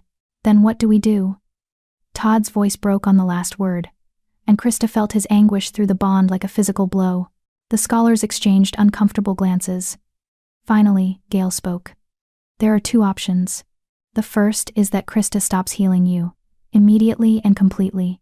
Without new infusions of her magic, the curse might stop spreading in her. It won't recede, but it would give us time to research other solutions. No.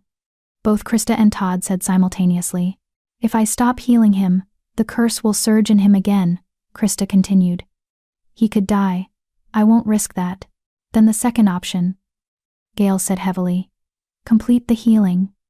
Break the curse entirely. All at once. Before it fully takes root in Krista. One massive ritual. Channeling everything she has. Burning out the curse in both of them simultaneously. That sounds dangerous, Raphael said. It is, Gale confirmed. Extremely. The ritual would require Krista to give everything, every drop of her magic, possibly her life itself. If it works, both the curse and the mark would be destroyed. Todd would be fully healed, his wolf completely awakened. But Krista. She trailed off meaningfully. Would die, Krista finished calmly. Strange how easy it was to say. She'd known from the beginning that saving Todd might cost her everything. She'd just hoped it wouldn't come to this. Not necessarily, Gale said, but her tone lacked conviction. If the mate bond is real, truly real, not just a product of the magic, then it might sustain you. Mate bonds are 2-way channels. You'd give your life force to break the curse, but Todd's awakened wolf might be able to give it back, pull you back from death. Might, Todd repeated bitterly. That's a lot of uncertainty to bet a life on. It's the only way, Krista said softly. She turned to face him, taking both his hands in hers. The black mark on her palm pressed against his skin, a stark reminder of what was growing inside her. Todd, listen to me. If we don't do this, we both die. The curse kills you, then kills me. This way, at least you have a chance. I don't want a chance without you, Todd said fiercely. I don't want to live if it costs your life. You don't get to make that choice, Krista said, trying to smile. I do. And I choose this. I choose you living, even if I don't. Krista, there may be a third option. Everyone turned to find Amy Zhang standing in the doorway. No one had heard her approach. And Krista wondered how long she'd been listening. Miss Zhang, Raphael said, frowning. This is a private meeting. I apologize for the intrusion, Alpha King. But I couldn't help overhearing, and I believe I have a solution. Amy stepped into the room, her expression carefully sympathetic. What if 2 healers performed the ritual? Krista to channel the primary magic through the mate bond, and me to support her. Share the burden. Prevent the drain from killing her. The scholars immediately began murmuring amongst themselves. Gale looked thoughtful. It's possible. The bass magic can be channeled collaboratively, though it's rarely done. The primary healer would still take the brunt of the drain, but a secondary could stabilize her, keep her heart beating, her life force from extinguishing entirely. It could work, Jay agreed cautiously. In theory. Then we do it, Raphael said. Amy assists Krista with the final ritual. That's an order. Father, we don't know if we can trust her, Todd protested, though he looked torn, clearly tempted by any option that might keep Krista alive. Trust me or don't, Amy said calmly. But I'm a healer. I took an oath to preserve life. I won't let Krista die if I can prevent it, regardless of what you think my motives are. Krista studied Amy's face, trying to read past the mask of professional concern. Was she genuine? Or was this another play for power, for position? But what choice did they have? The alternative was attempting the ritual alone and almost certainly dying. When would we do this? Krista asked. As soon as possible, Gale said. The curse mark is spreading daily. We need to act before it reaches your heart. I'd say we have perhaps a week to prepare, 2 at most. Then we prepare, Raphael said decisively. Gale, coordinate with the other scholars, document everything we know about the curse, about the Bass magic, about mate bonds. Leave nothing to chance. Amy, you'll work with Krista. Learn her techniques, synchronize your magic with hers, and Todd, Raphael's expression softened, spend time with her. If the mate bond is truly what will save her, then strengthen it however you can. Todd nodded wordlessly, his hand finding Krista's and gripping it like a lifeline. The next week passed in a blur of preparation and dread. Krista spent her mornings with Amy, practicing collaborative magic. To her surprise, Amy was an excellent teacher, patient, knowledgeable, and seemingly genuine in her desire to help. They'd sit for hours, both channeling power through the amulet simultaneously, learning to harmonize their magic like voices in a duet. Your technique is raw but powerful, Amy observed one afternoon. You rely on emotion where I was taught to rely on precision. It's actually quite effective, though exhausting. I never had formal training, Krista admitted. Just the lullaby my mother taught me. Well, your mother taught you well. The lullaby is the oldest form of Bass magic, pure, unfiltered. Most of us have moved to more structured methodologies, but there's something to be said for the traditional ways. Amy paused, then said carefully, I owe you an apology.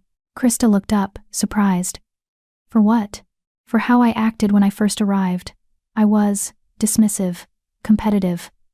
I saw you as an obstacle rather than an ally. Amy's expression was rueful. The truth is, I was jealous. You'd accomplished something I'd been taught was impossible, forming a mate bond through magic alone. And you'd captured the attention of a prince in the process. It made me feel inadequate. You're not inadequate, Krista said quietly. You're brilliant. Educated. Everything I'm not. And yet you're the one he loves, Amy said simply. That must count for something. The afternoons belonged to Todd. They'd walk in the castle gardens, Todd growing stronger each day, his movements more confident, and talk about everything and nothing. He told her about his childhood, about the isolation of being different, about the fear that he'd die without ever truly living. She told him about her dreams, small and humble as they were. A cottage somewhere quiet, a garden to tend, maybe a dog for company. That's all you want? Todd asked, sounding almost sad. A cottage and a garden? It's more than I ever thought I'd have, Krista said. For years, I thought my life would just be existing, surviving from day to day in a pack that didn't want me. Now I have purpose. I have. She hesitated. What? Todd prompted gently. You, she finished. I have you. Even if it's only for a little while. Todd stopped walking, turning to face her. They were in a secluded corner of the garden, surrounded by late-blooming roses. What if I told you that you could have more than a cottage and garden? That you could have a castle, a kingdom, a title? What if I asked you to be my princess? My mate officially, recognized by law and custom. Krista's breath caught. Todd, I'm serious, he said. After the ritual, when the curse is broken and you're healed, I want you to stay. Not as my healer, but as my partner, my equal. The person I choose to spend my life with. Your father would never allow it, Krista whispered, even as her heart soared with impossible hope. My father wants me alive and healthy. You'll have accomplished that. How can he deny me the one thing that will keep me happy? Todd cupped her face in his hands. Say yes, Krista. Promise me that you'll survive this ritual and say yes. She should have said no. Should have pointed out all the reasons it would never work, her low birth, her inability to bear heirs, the scandal it would cause. But looking into Todd's storm-gray eyes, feeling the mate bond singing between them, Krista found herself nodding. Yes, she breathed. If I survive, yes. Todd kissed her then, gentle and desperate and full of promise. The amulet which she always wore now pulsed with warm light against her chest, approving. When they pulled apart, both breathing hard, Todd pressed his forehead to hers. You'll survive. I'll make sure of it. I'll pull you back from death itself if I have to. Your wolf hasn't fully emerged yet, Krista reminded him gently. We don't know if you'll be able to. I will, Todd said with absolute certainty. The bond will guide me. Love will guide me. I won't lose you, Krista. Not when I've only just found you. The night before the ritual, Krista couldn't sleep. She stood at her window, watching the moon rise over the castle grounds, and thought about everything that had led her to this moment. A year ago, she'd been a broken, rejected nobody, counting the days until her miserable existence ended. Now she was preparing to sacrifice everything for a prince she loved, a curse she could break, a purpose that made her life mean something. Worth it, she whispered to the moon. Whatever happens tomorrow, it was worth it. A knock at the door made her turn. Come in. She expected Noel. Maybe Todd, sneaking in for one last conversation. Instead it was Amy. I couldn't sleep either, Amy said, holding up a bottle of wine. Thought you might want company. And liquid courage. Despite everything, Krista smiled. That sounds perfect. They sat by the fire, passing the bottle back and forth, and talked like old friends rather than rivals. Amy shared stories of her training, of the pressure to be perfect, of the fear of never being enough. Krista talked about her rejection, her father's betrayal, the years of slowly dying inside. You're brave, Amy said after a long silence. Braver than me. I don't know if I could do what you're doing tomorrow. You'll be right there with me, Krista pointed out. As support, yes. But you're the one putting everything on the line. Your life, your magic, your future. All for a man you've known for a month. Amy shook her head wonderingly. That's not logic, that's not duty, that's love. I never thought I'd love anyone after Lester, Krista admitted. Thought that part of me was broken along with everything else. But Todd, he makes me want to try, want to hope, want to believe in happy endings. Then we'll make sure you get one, Amy said firmly. She raised the wine bottle. To tomorrow. To breaking curses. To proving that love is stronger than hate. To tomorrow, Krista echoed, clinking her own bottle against Amy's. They drank until the bottle was empty and the fire burned low. When Krista finally fell asleep, curled in her chair, Amy covered her with a blanket and whispered, I'm sorry. But Krista, deep in wine-soaked dreams, didn't hear. She woke to chaos. Noelle was shaking her shoulder urgently, her face pale with fear. Miss Krista. Something's wrong. The prince, he's collapsing. The curse is surging, worse than ever. Krista bolted upright, her head spinning from the wine. What? How? The ritual isn't until this afternoon. I don't know, but you need to come now. Krista ran through the corridors in her nightgown, not caring who saw. She burst into Todd's chambers to find him convulsing on the floor, his body shifting violently between forms. Black veins like the mark on her palm were spreading across his skin, pulsing with dark energy. What happened? Krista demanded, dropping to her knees beside him. We don't know, Raphael said, his voice tight with barely controlled panic. He was fine last night. This morning he woke up like this. The curse is attacking him, trying to kill him before the ritual can break it. Krista pressed her marked palm to Todd's chest, trying to channel calming energy. But instead of flowing out of her, the magic reversed, pulling inward. Todd's eyes snapped open, glowing amber, and his hand shot out, gripping her wrist with inhuman strength. Mine, he snarled in a voice that wasn't quite his. The curse demands payment. Blood for blood. Life for life. Understanding crashed over Krista like ice water. Amy, she whispered. Where's Amy? She left early this morning, Gail said from the doorway. Said she had to gather supplies for the ritual. Why? But Krista already knew. The wine. The conversation. Amy's apology that Krista had been too asleep to hear. She'd done something. Poisoned the wine, or cursed it, or somehow sabotaged everything. She accelerated the curse, Krista said, horror washing over her. She made it attack Todd to force an immediate ritual. One I'm not prepared for. One that will kill me for certain. Why would she do that? Raphael demanded. Because she wants him, Krista said simply. If I die breaking the curse, she's perfectly positioned to step in as the grieving prince's comforter. His new healer. Eventually his mate. Todd's grip on her wrist tightened, and she felt the curse pulling at her life force, trying to drain her.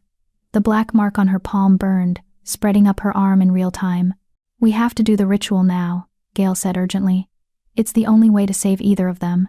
But Amy's not here to support me, Krista said. I'll die. Maybe not, Gail said. If the mate bond is real, if it's strong enough, it might sustain you. But we have to try. Todd only has minutes before the curse kills him, and if he dies, the curse will consume you anyway. Krista looked down at Todd's agonized face, felt his pain through the bond, felt his desperate love and terror and regret. This wasn't how it was supposed to happen. She was supposed to have time to prepare, to say goodbye, to make peace with her fate. But life, she was learning, rarely went according to plan. "Do it," she said. "Bring the amulet. Bring the scholars. I'll sing the lullaby one last time, and pray that love really was stronger than death." Chapter 7. When Love Breaks Ancient Magic.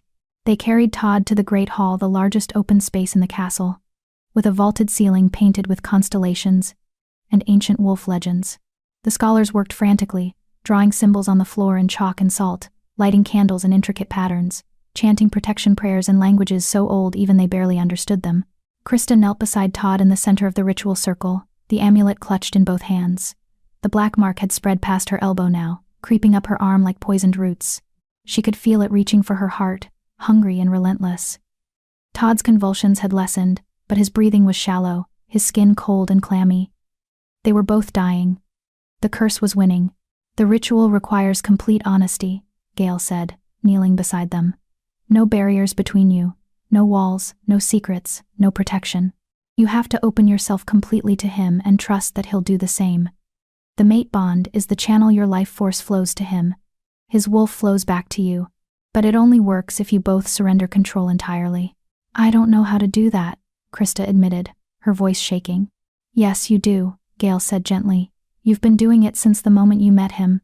Every time you sang the lullaby, every conversation in the dark, every moment you let yourself feel instead of protecting your heart. This is just the final step, letting go completely." Raphael approached, his face haggard. "Krista, if this doesn't work, if you die, I want you to know that I'm grateful. For everything you've done for my son. For giving him hope when he had none. For loving him when the world told him he was unlovable." "He was always lovable," Krista said softly. "The world was just blind." Raphael's eyes glistened, but he nodded and stepped back. The scholars finished their preparations and took their positions around the circle's perimeter. Noelle stood with the servants, tears streaming down her face. The whole castle had gathered, Krista realized. Come to witness the breaking of a 500-year-old curse, or the death of two broken people who dared to dream of more. "Are you ready?" Gale asked. Krista looked down at Todd. His eyes were closed, his face peaceful despite the poison spreading through his veins. She pressed her marked palm to his chest, over his heart, and felt the faint, struggling beat beneath. "I love you," she whispered, knowing he probably couldn't hear. "If this is goodbye, I need you to know that. Loving you was the best thing I ever did. The only thing that made sense in a life full of pain and confusion. So thank you. For seeing me. For choosing me. For making me believe I was worth saving." She placed the amulet over their joined hands, closed her eyes, and began to sing. The lullaby started soft, as it always did. The ancient words flowing from her lips like water, like prayer, like the last breath before drowning. But this time, she didn't hold anything back. She poured everything into the song, her love, her fear, her hope, her desperation. Every memory of Todd, his smile, his voice, his storm-gray eyes looking at her like she hung the stars. Every moment that had made her feel alive for the first time in her miserable existence. The amulet began to glow, brighter than it ever had before. The light was blinding, turning the great hall white as noon sun. Krista felt her life force flowing out, rushing toward Todd like a flood breaking through a dam. The black mark on her arm pulsed and writhed, fighting against the healing magic. But she sang louder, drowning it out with sound and light and love. The curse shrieked in actual sound, high-pitched and furious, as it began to burn away. Krista felt it dying inside Todd, felt the poison evaporating under the onslaught of her magic. But she felt herself dying too. Her vision darkened at the edges, her heartbeat slowed, her lungs struggled to draw breath. "Worth it," she thought distantly. "He'll live. That's all that matters." But then, Todd's hand, which had been limp under hers, suddenly gripped tight. His eyes snapped open, not gray anymore, but blazing amber. Wolf eyes. "No," he snarled, and his voice was doubled human and wolf speaking as one. "You don't leave me. Not like this. Not ever." Krista tried to tell him it was okay, that he needed to let her go, but she couldn't make her mouth work. The darkness was closing in, her consciousness flickering like a candle in wind. Todd sat up, shouldn't have been able to. Should have been too weak, but he was moving with strength that seemed impossible and pulled Krista into his arms. "The bond goes both ways," he said fiercely. "You gave me your life, now I'm giving you mine." And then he was shifting. Really shifting. His body contorting, bones cracking and reforming, fur rippling across his skin. The transformation was violent and beautiful and terrible all at once. Within seconds, a massive black wolf stood where Todd had been easily twice the size of a normal shifter, with amber eyes that burned with ancient power. The wolf threw back its head and howled. The sound was primal, powerful, a call that seemed to shake the very foundations of the castle. And impossibly, Krista felt something answer. Deep inside her, in a place she'd always believed was empty, something stirred. Something wild and fierce and long dormant. "Your wolf," a voice whispered in her mind. Todd's voice, but also something older. It was always there. Sleeping. Waiting for me to wake it.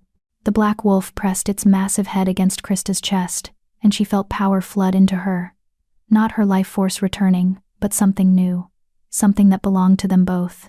The mate bond, fully realized. Channeling energy between them in an endless loop. The black mark on Krista's arm shattered.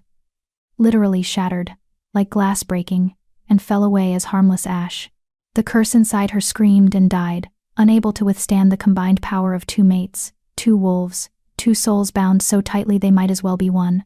And then, impossibly, Krista felt her own bones beginning to shift. "No," she gasped. "I can't.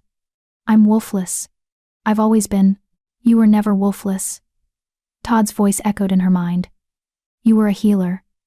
The Bass bloodline chose healing over shifting. But the mate bond doesn't care about choices made centuries ago. It makes us equal. It makes us whole." The transformation hurt Moon Goddess. It hurt worse than anything she'd ever felt. Like every bone in her body was breaking and reforming simultaneously. She wanted to scream, but her voice was changing, becoming something between human and animal, and then it was done. Krista stood on 4 legs, her body covered in silver-white fur that gleamed in the amulet's fading light. She could smell everything: the salt and chalk of the ritual circle, the fierce sweat of the watching crowd, the lingering poison of the curse as it evaporated into nothing. She could hear the scholars' gasping prayers, Noelle's joyful sobbing, Raphael's stunned silence. But most of all, she could feel Todd. The bond between them was a living thing now, visible as golden threads that wound around both their wolf forms, binding them together in a way that transcended physical touch. "Hello, mate," Todd's voice purred in her mind, warm with love and triumph and relief. "Hello," Krista thought back, still too stunned to form more complex thoughts. The black wolf moved closer, nuzzling against her silver-white coat, and Krista felt complete for the first time in her life. Not broken, not lacking, not worthless, just whole, just herself, just enough. The amulet, its purpose fulfilled, cracked down the middle and fell into 2 perfect halves. The light it had contained dispersed into the air like fireflies, settling over everyone in the great hall like a blessing. The curse was broken. Not just suppressed or managed, but utterly destroyed. 500 years of suffering ended in a single moment of absolute love. Slowly, Krista felt herself shifting back to human form.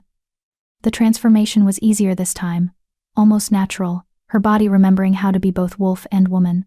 Todd shifted beside her, and they knelt together in the center of the ritual circle, naked and exhausted and alive. "You did it," Todd breathed, pulling her into his arms. "You broke the curse. You saved us both. We saved each other," Krista corrected, burying her face in his shoulder. She was crying now, great heaving sobs of relief and joy and disbelief. "I have a wolf. Todd, I have a wolf. All these years, she was just sleeping, and you woke her up. She's beautiful," Todd said, pressing kisses to her hair, her forehead, her tear-stained cheeks. "You're beautiful, both of you, all of you, my mate, my healer, my salvation." "Your princess," Krista said, remembering his proposal in the garden. "If the offer still stands," Todd pulled back just enough to meet her eyes. "The offer will stand until the day I die. And even then, I'll probably find you in the next life and ask again." He cupped her face in his hands. "Krista Bass, will you be my mate, my partner, my equal in all things? Will you stand beside me as I learn to be the prince I was always meant to be? Will you help me build a kingdom where being different isn't a curse but a gift?" "Yes," Krista said through her tears. "Yes to all of it. Always yes." They kissed then, deep and desperate and full of promise, while the assembled crowd erupted into cheers. Raphael was laughing and crying simultaneously. Gale was scribbling furious notes, muttering about unprecedented magical phenomena. Noelle was jumping up and down, hugging anyone within reach. But Krista heard none of it. She was too focused on Todd, on the bond humming between them, on the impossible miracle of being alive and whole and loved. When they finally broke apart, breathless and grinning, Raphael approached with 2 cloaks to preserve their modesty. "Well," the Alpha King said, his voice thick with emotion, "that was significantly more dramatic than I anticipated. But effective. Very effective." He helped them to their feet. "Welcome to the family, Krista. Officially." "Thank you," Krista said, and meant it with her whole heart. "Now," Raphael's expression hardened slightly. "About Amy Zhang. We need to find her. What she did poisoning you, accelerating the curse, attempting murder, those are crimes punishable by death in this kingdom. She's gone," a guard reported, running into the great hall. "Her chambers are empty. She left sometime in the night, took a horse from the stables. By now she could be halfway to the border. Let her go," Todd said, surprising everyone. "Todd, she tried to kill you both," Raphael protested. "And she failed," Todd said simply. "Because love was stronger than her schemes. Chasing her down, putting her on trial, executing her, none of that changes what happened here. We won. The curse is broken. Krista is alive. I have my wolf. That's all that matters." "He's right," Krista added softly. "Amy was desperate and jealous and made terrible choices. But in a way, she forced us to confront the curse sooner, to take the leap of faith we might have delayed otherwise. I'm not grateful for what she did, but I'm grateful for where we ended up." Raphael studied them both, then slowly nodded. "Very well. We'll send word to the border guards to watch for her, but we won't actively pursue. Though if she ever sets foot in this kingdom again, she'll face justice." He squeezed Todd's shoulder. "You're becoming wise, my son. It suits you." They spent the rest of the day in Todd's chambers, now their chambers, Krista supposed, recovering from the ritual's intensity. Healers came and went, checking them for lingering curse effects and finding nothing.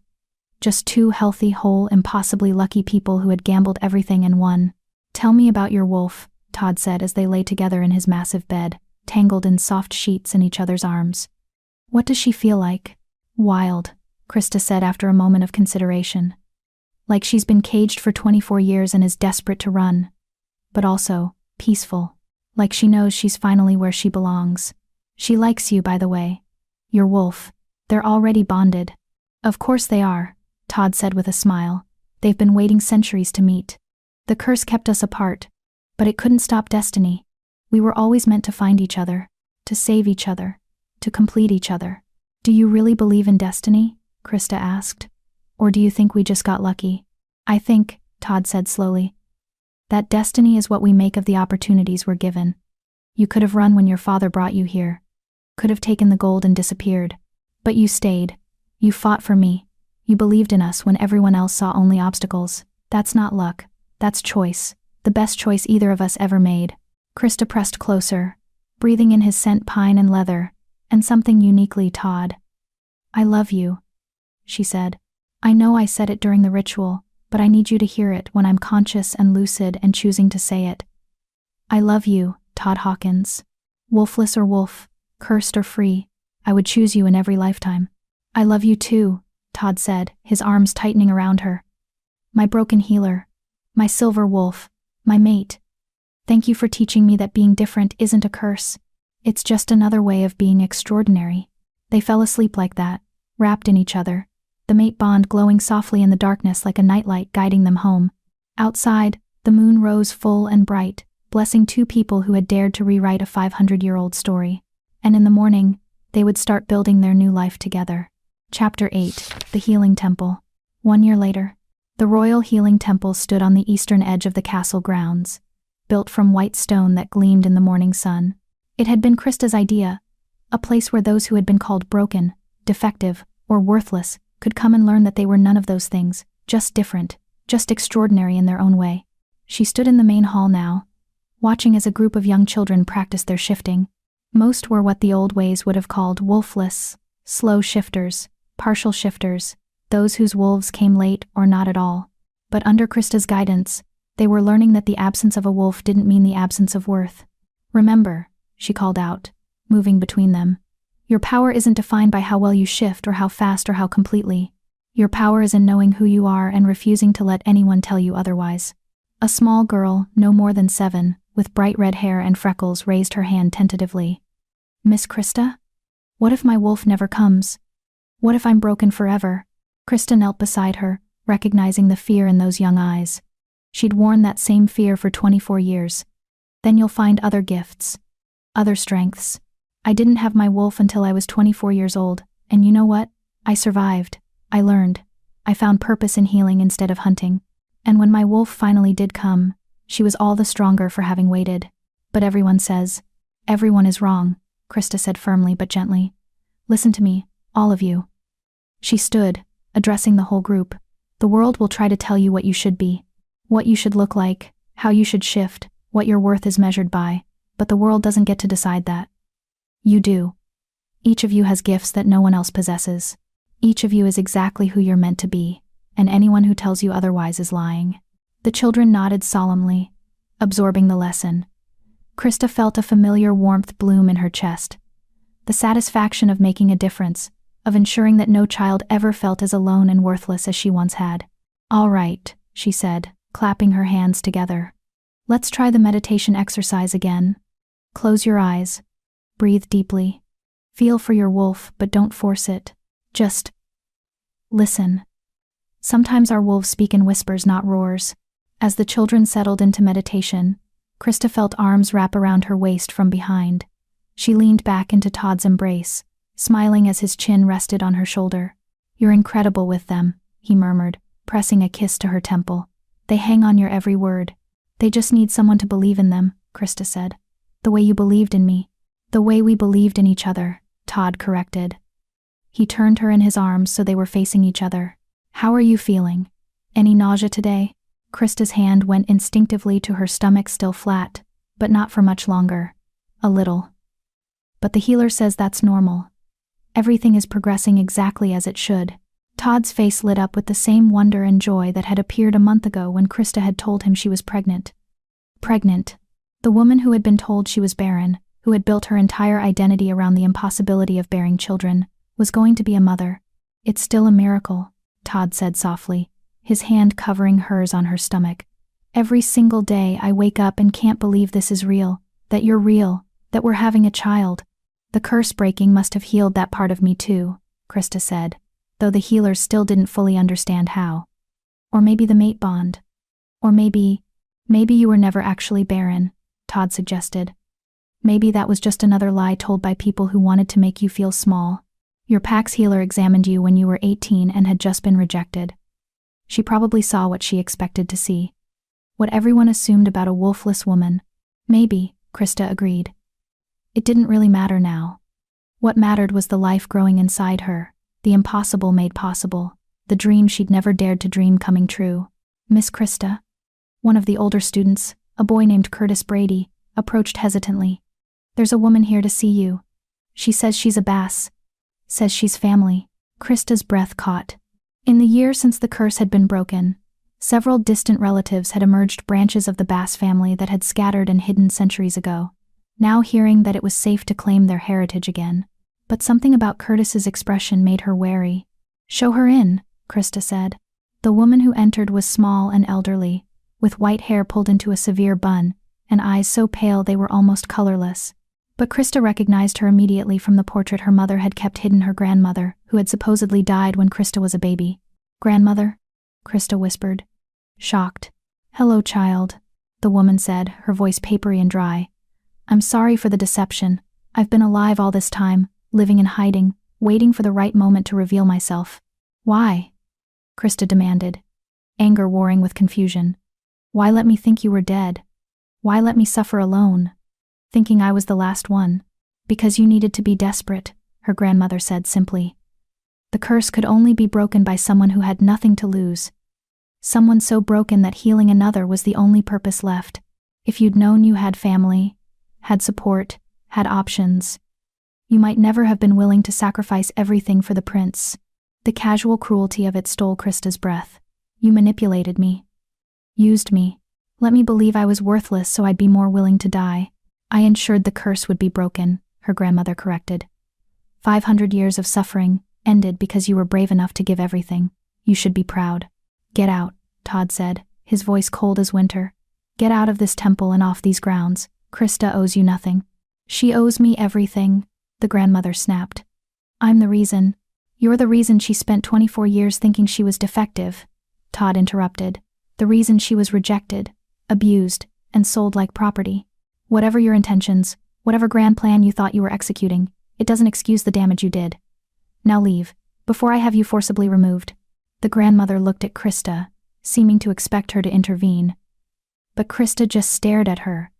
This woman who had let a child suffer for the sake of an ancient grudge, and felt nothing but pity.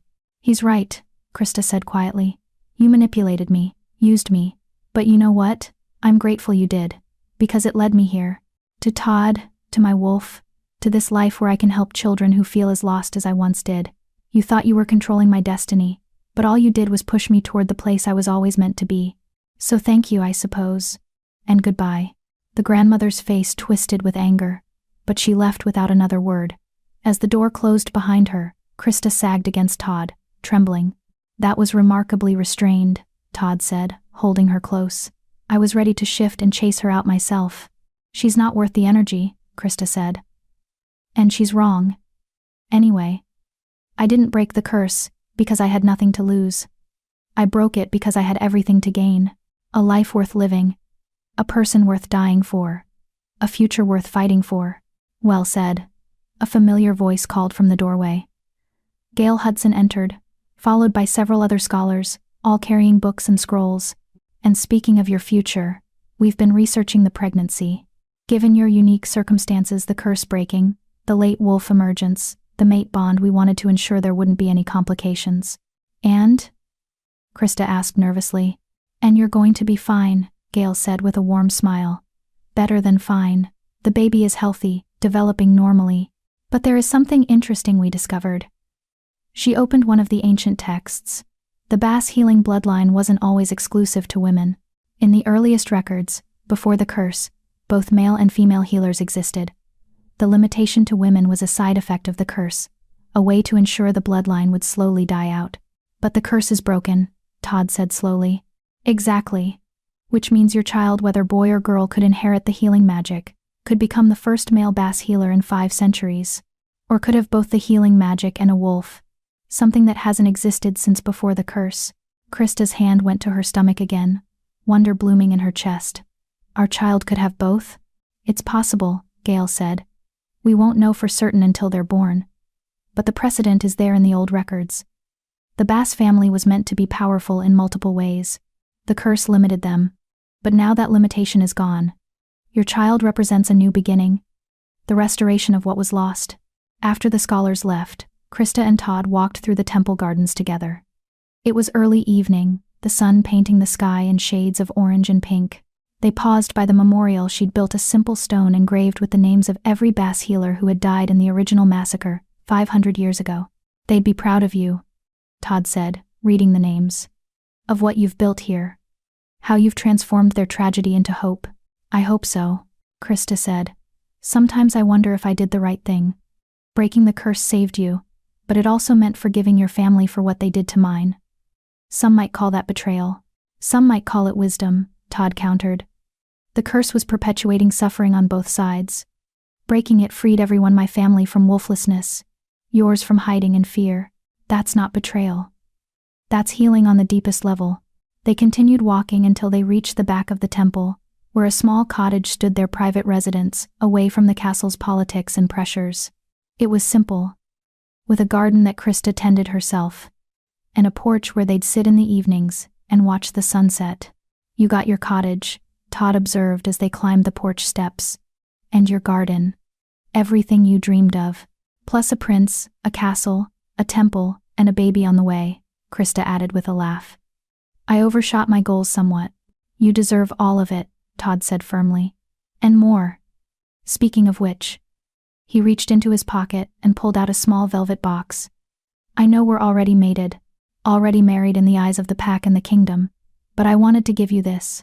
A symbol of everything we've overcome, everything we've built together." He opened the box to reveal a ring, simple silver, set with a black stone shot through with veins of white. Krista recognized it immediately. "Is that from the amulet?" she asked, tears springing to her eyes. I had the pieces melted down and reformed, Todd confirmed. The amulet saved us, connected us, brought us together. It seemed fitting that you should wear a piece of it always. A reminder of where we came from and how far we've traveled. He slipped the ring onto her finger, and Krista watched it catch the fading light. It was beautiful. Perfect. A symbol of transformation, darkness and light, curse and healing, death and life. All woven together into something new. I love it, she whispered. I love you. I love you too, Todd said, pulling her into his arms. My broken healer. Except you were never really broken, were you? Just becoming. Just waiting for the right moment to bloom. 3 months later. The Royal Healing Temple was packed with people, students, their families, scholars, nobles, and common folk alike. They'd all come to hear Krista speak at the temple's first anniversary celebration. She stood on a small stage, her pregnancy now obvious in the curve of her belly, and looked out at the sea of faces. A year ago, she began, her voice clear and strong.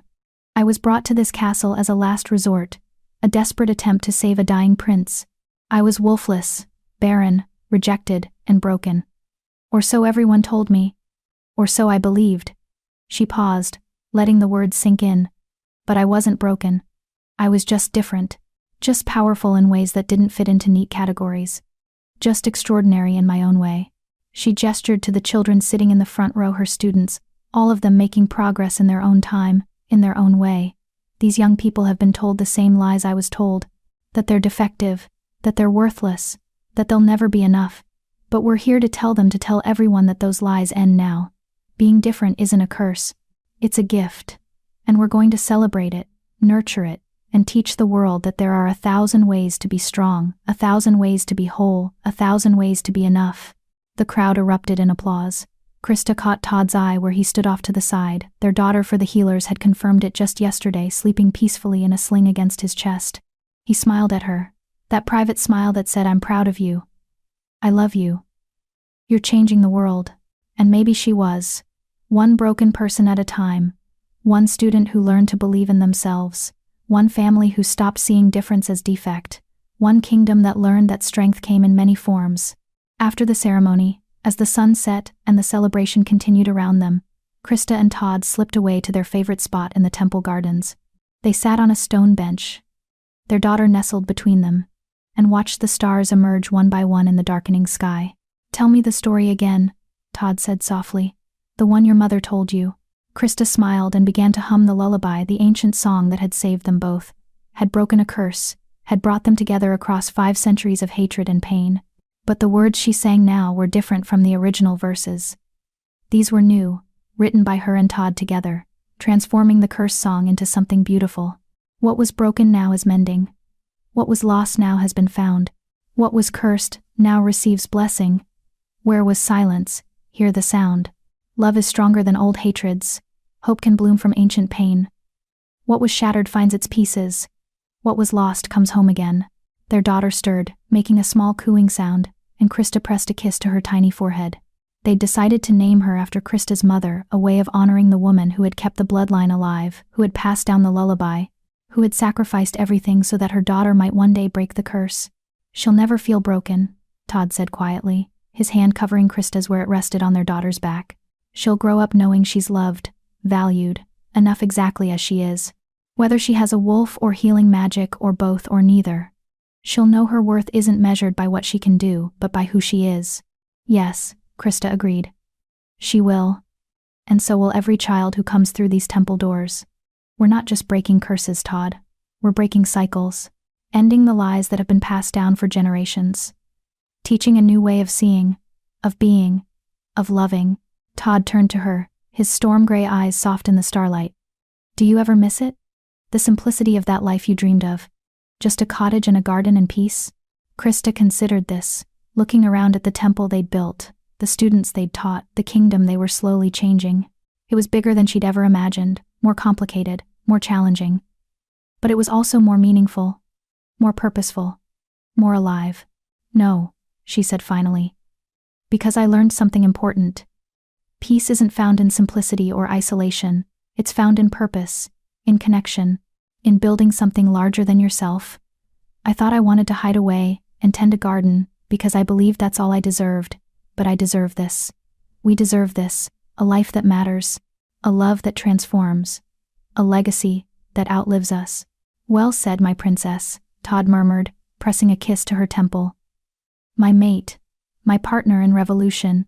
Revolution is a strong word, Krista said with a laugh. Is it? Todd challenged. You're teaching an entire generation that their worth isn't tied to their shifting ability. That healing is as valuable as hunting. That compassion is as important as strength. That's revolutionary, Krista. You're changing the fundamental way our society defines value. If that's not revolution, I don't know what is. Krista leaned her head on his shoulder, feeling the weight of their daughter in her arms, the strength of Todd's presence beside her, the mate bond humming contentedly between them. A year ago, she'd been prepared to die, had accepted it as the price of giving her life meaning, of making her existence matter, but she hadn't died. She'd lived. And in living, she'd discovered that she'd always mattered. She'd always been enough. She'd just needed someone to see it, and more importantly, she'd needed to see it herself. Tell me what you're thinking, Todd said, sensing the shift in her emotions through the bond. I'm thinking, Krista said slowly, that being broken was just another word for becoming.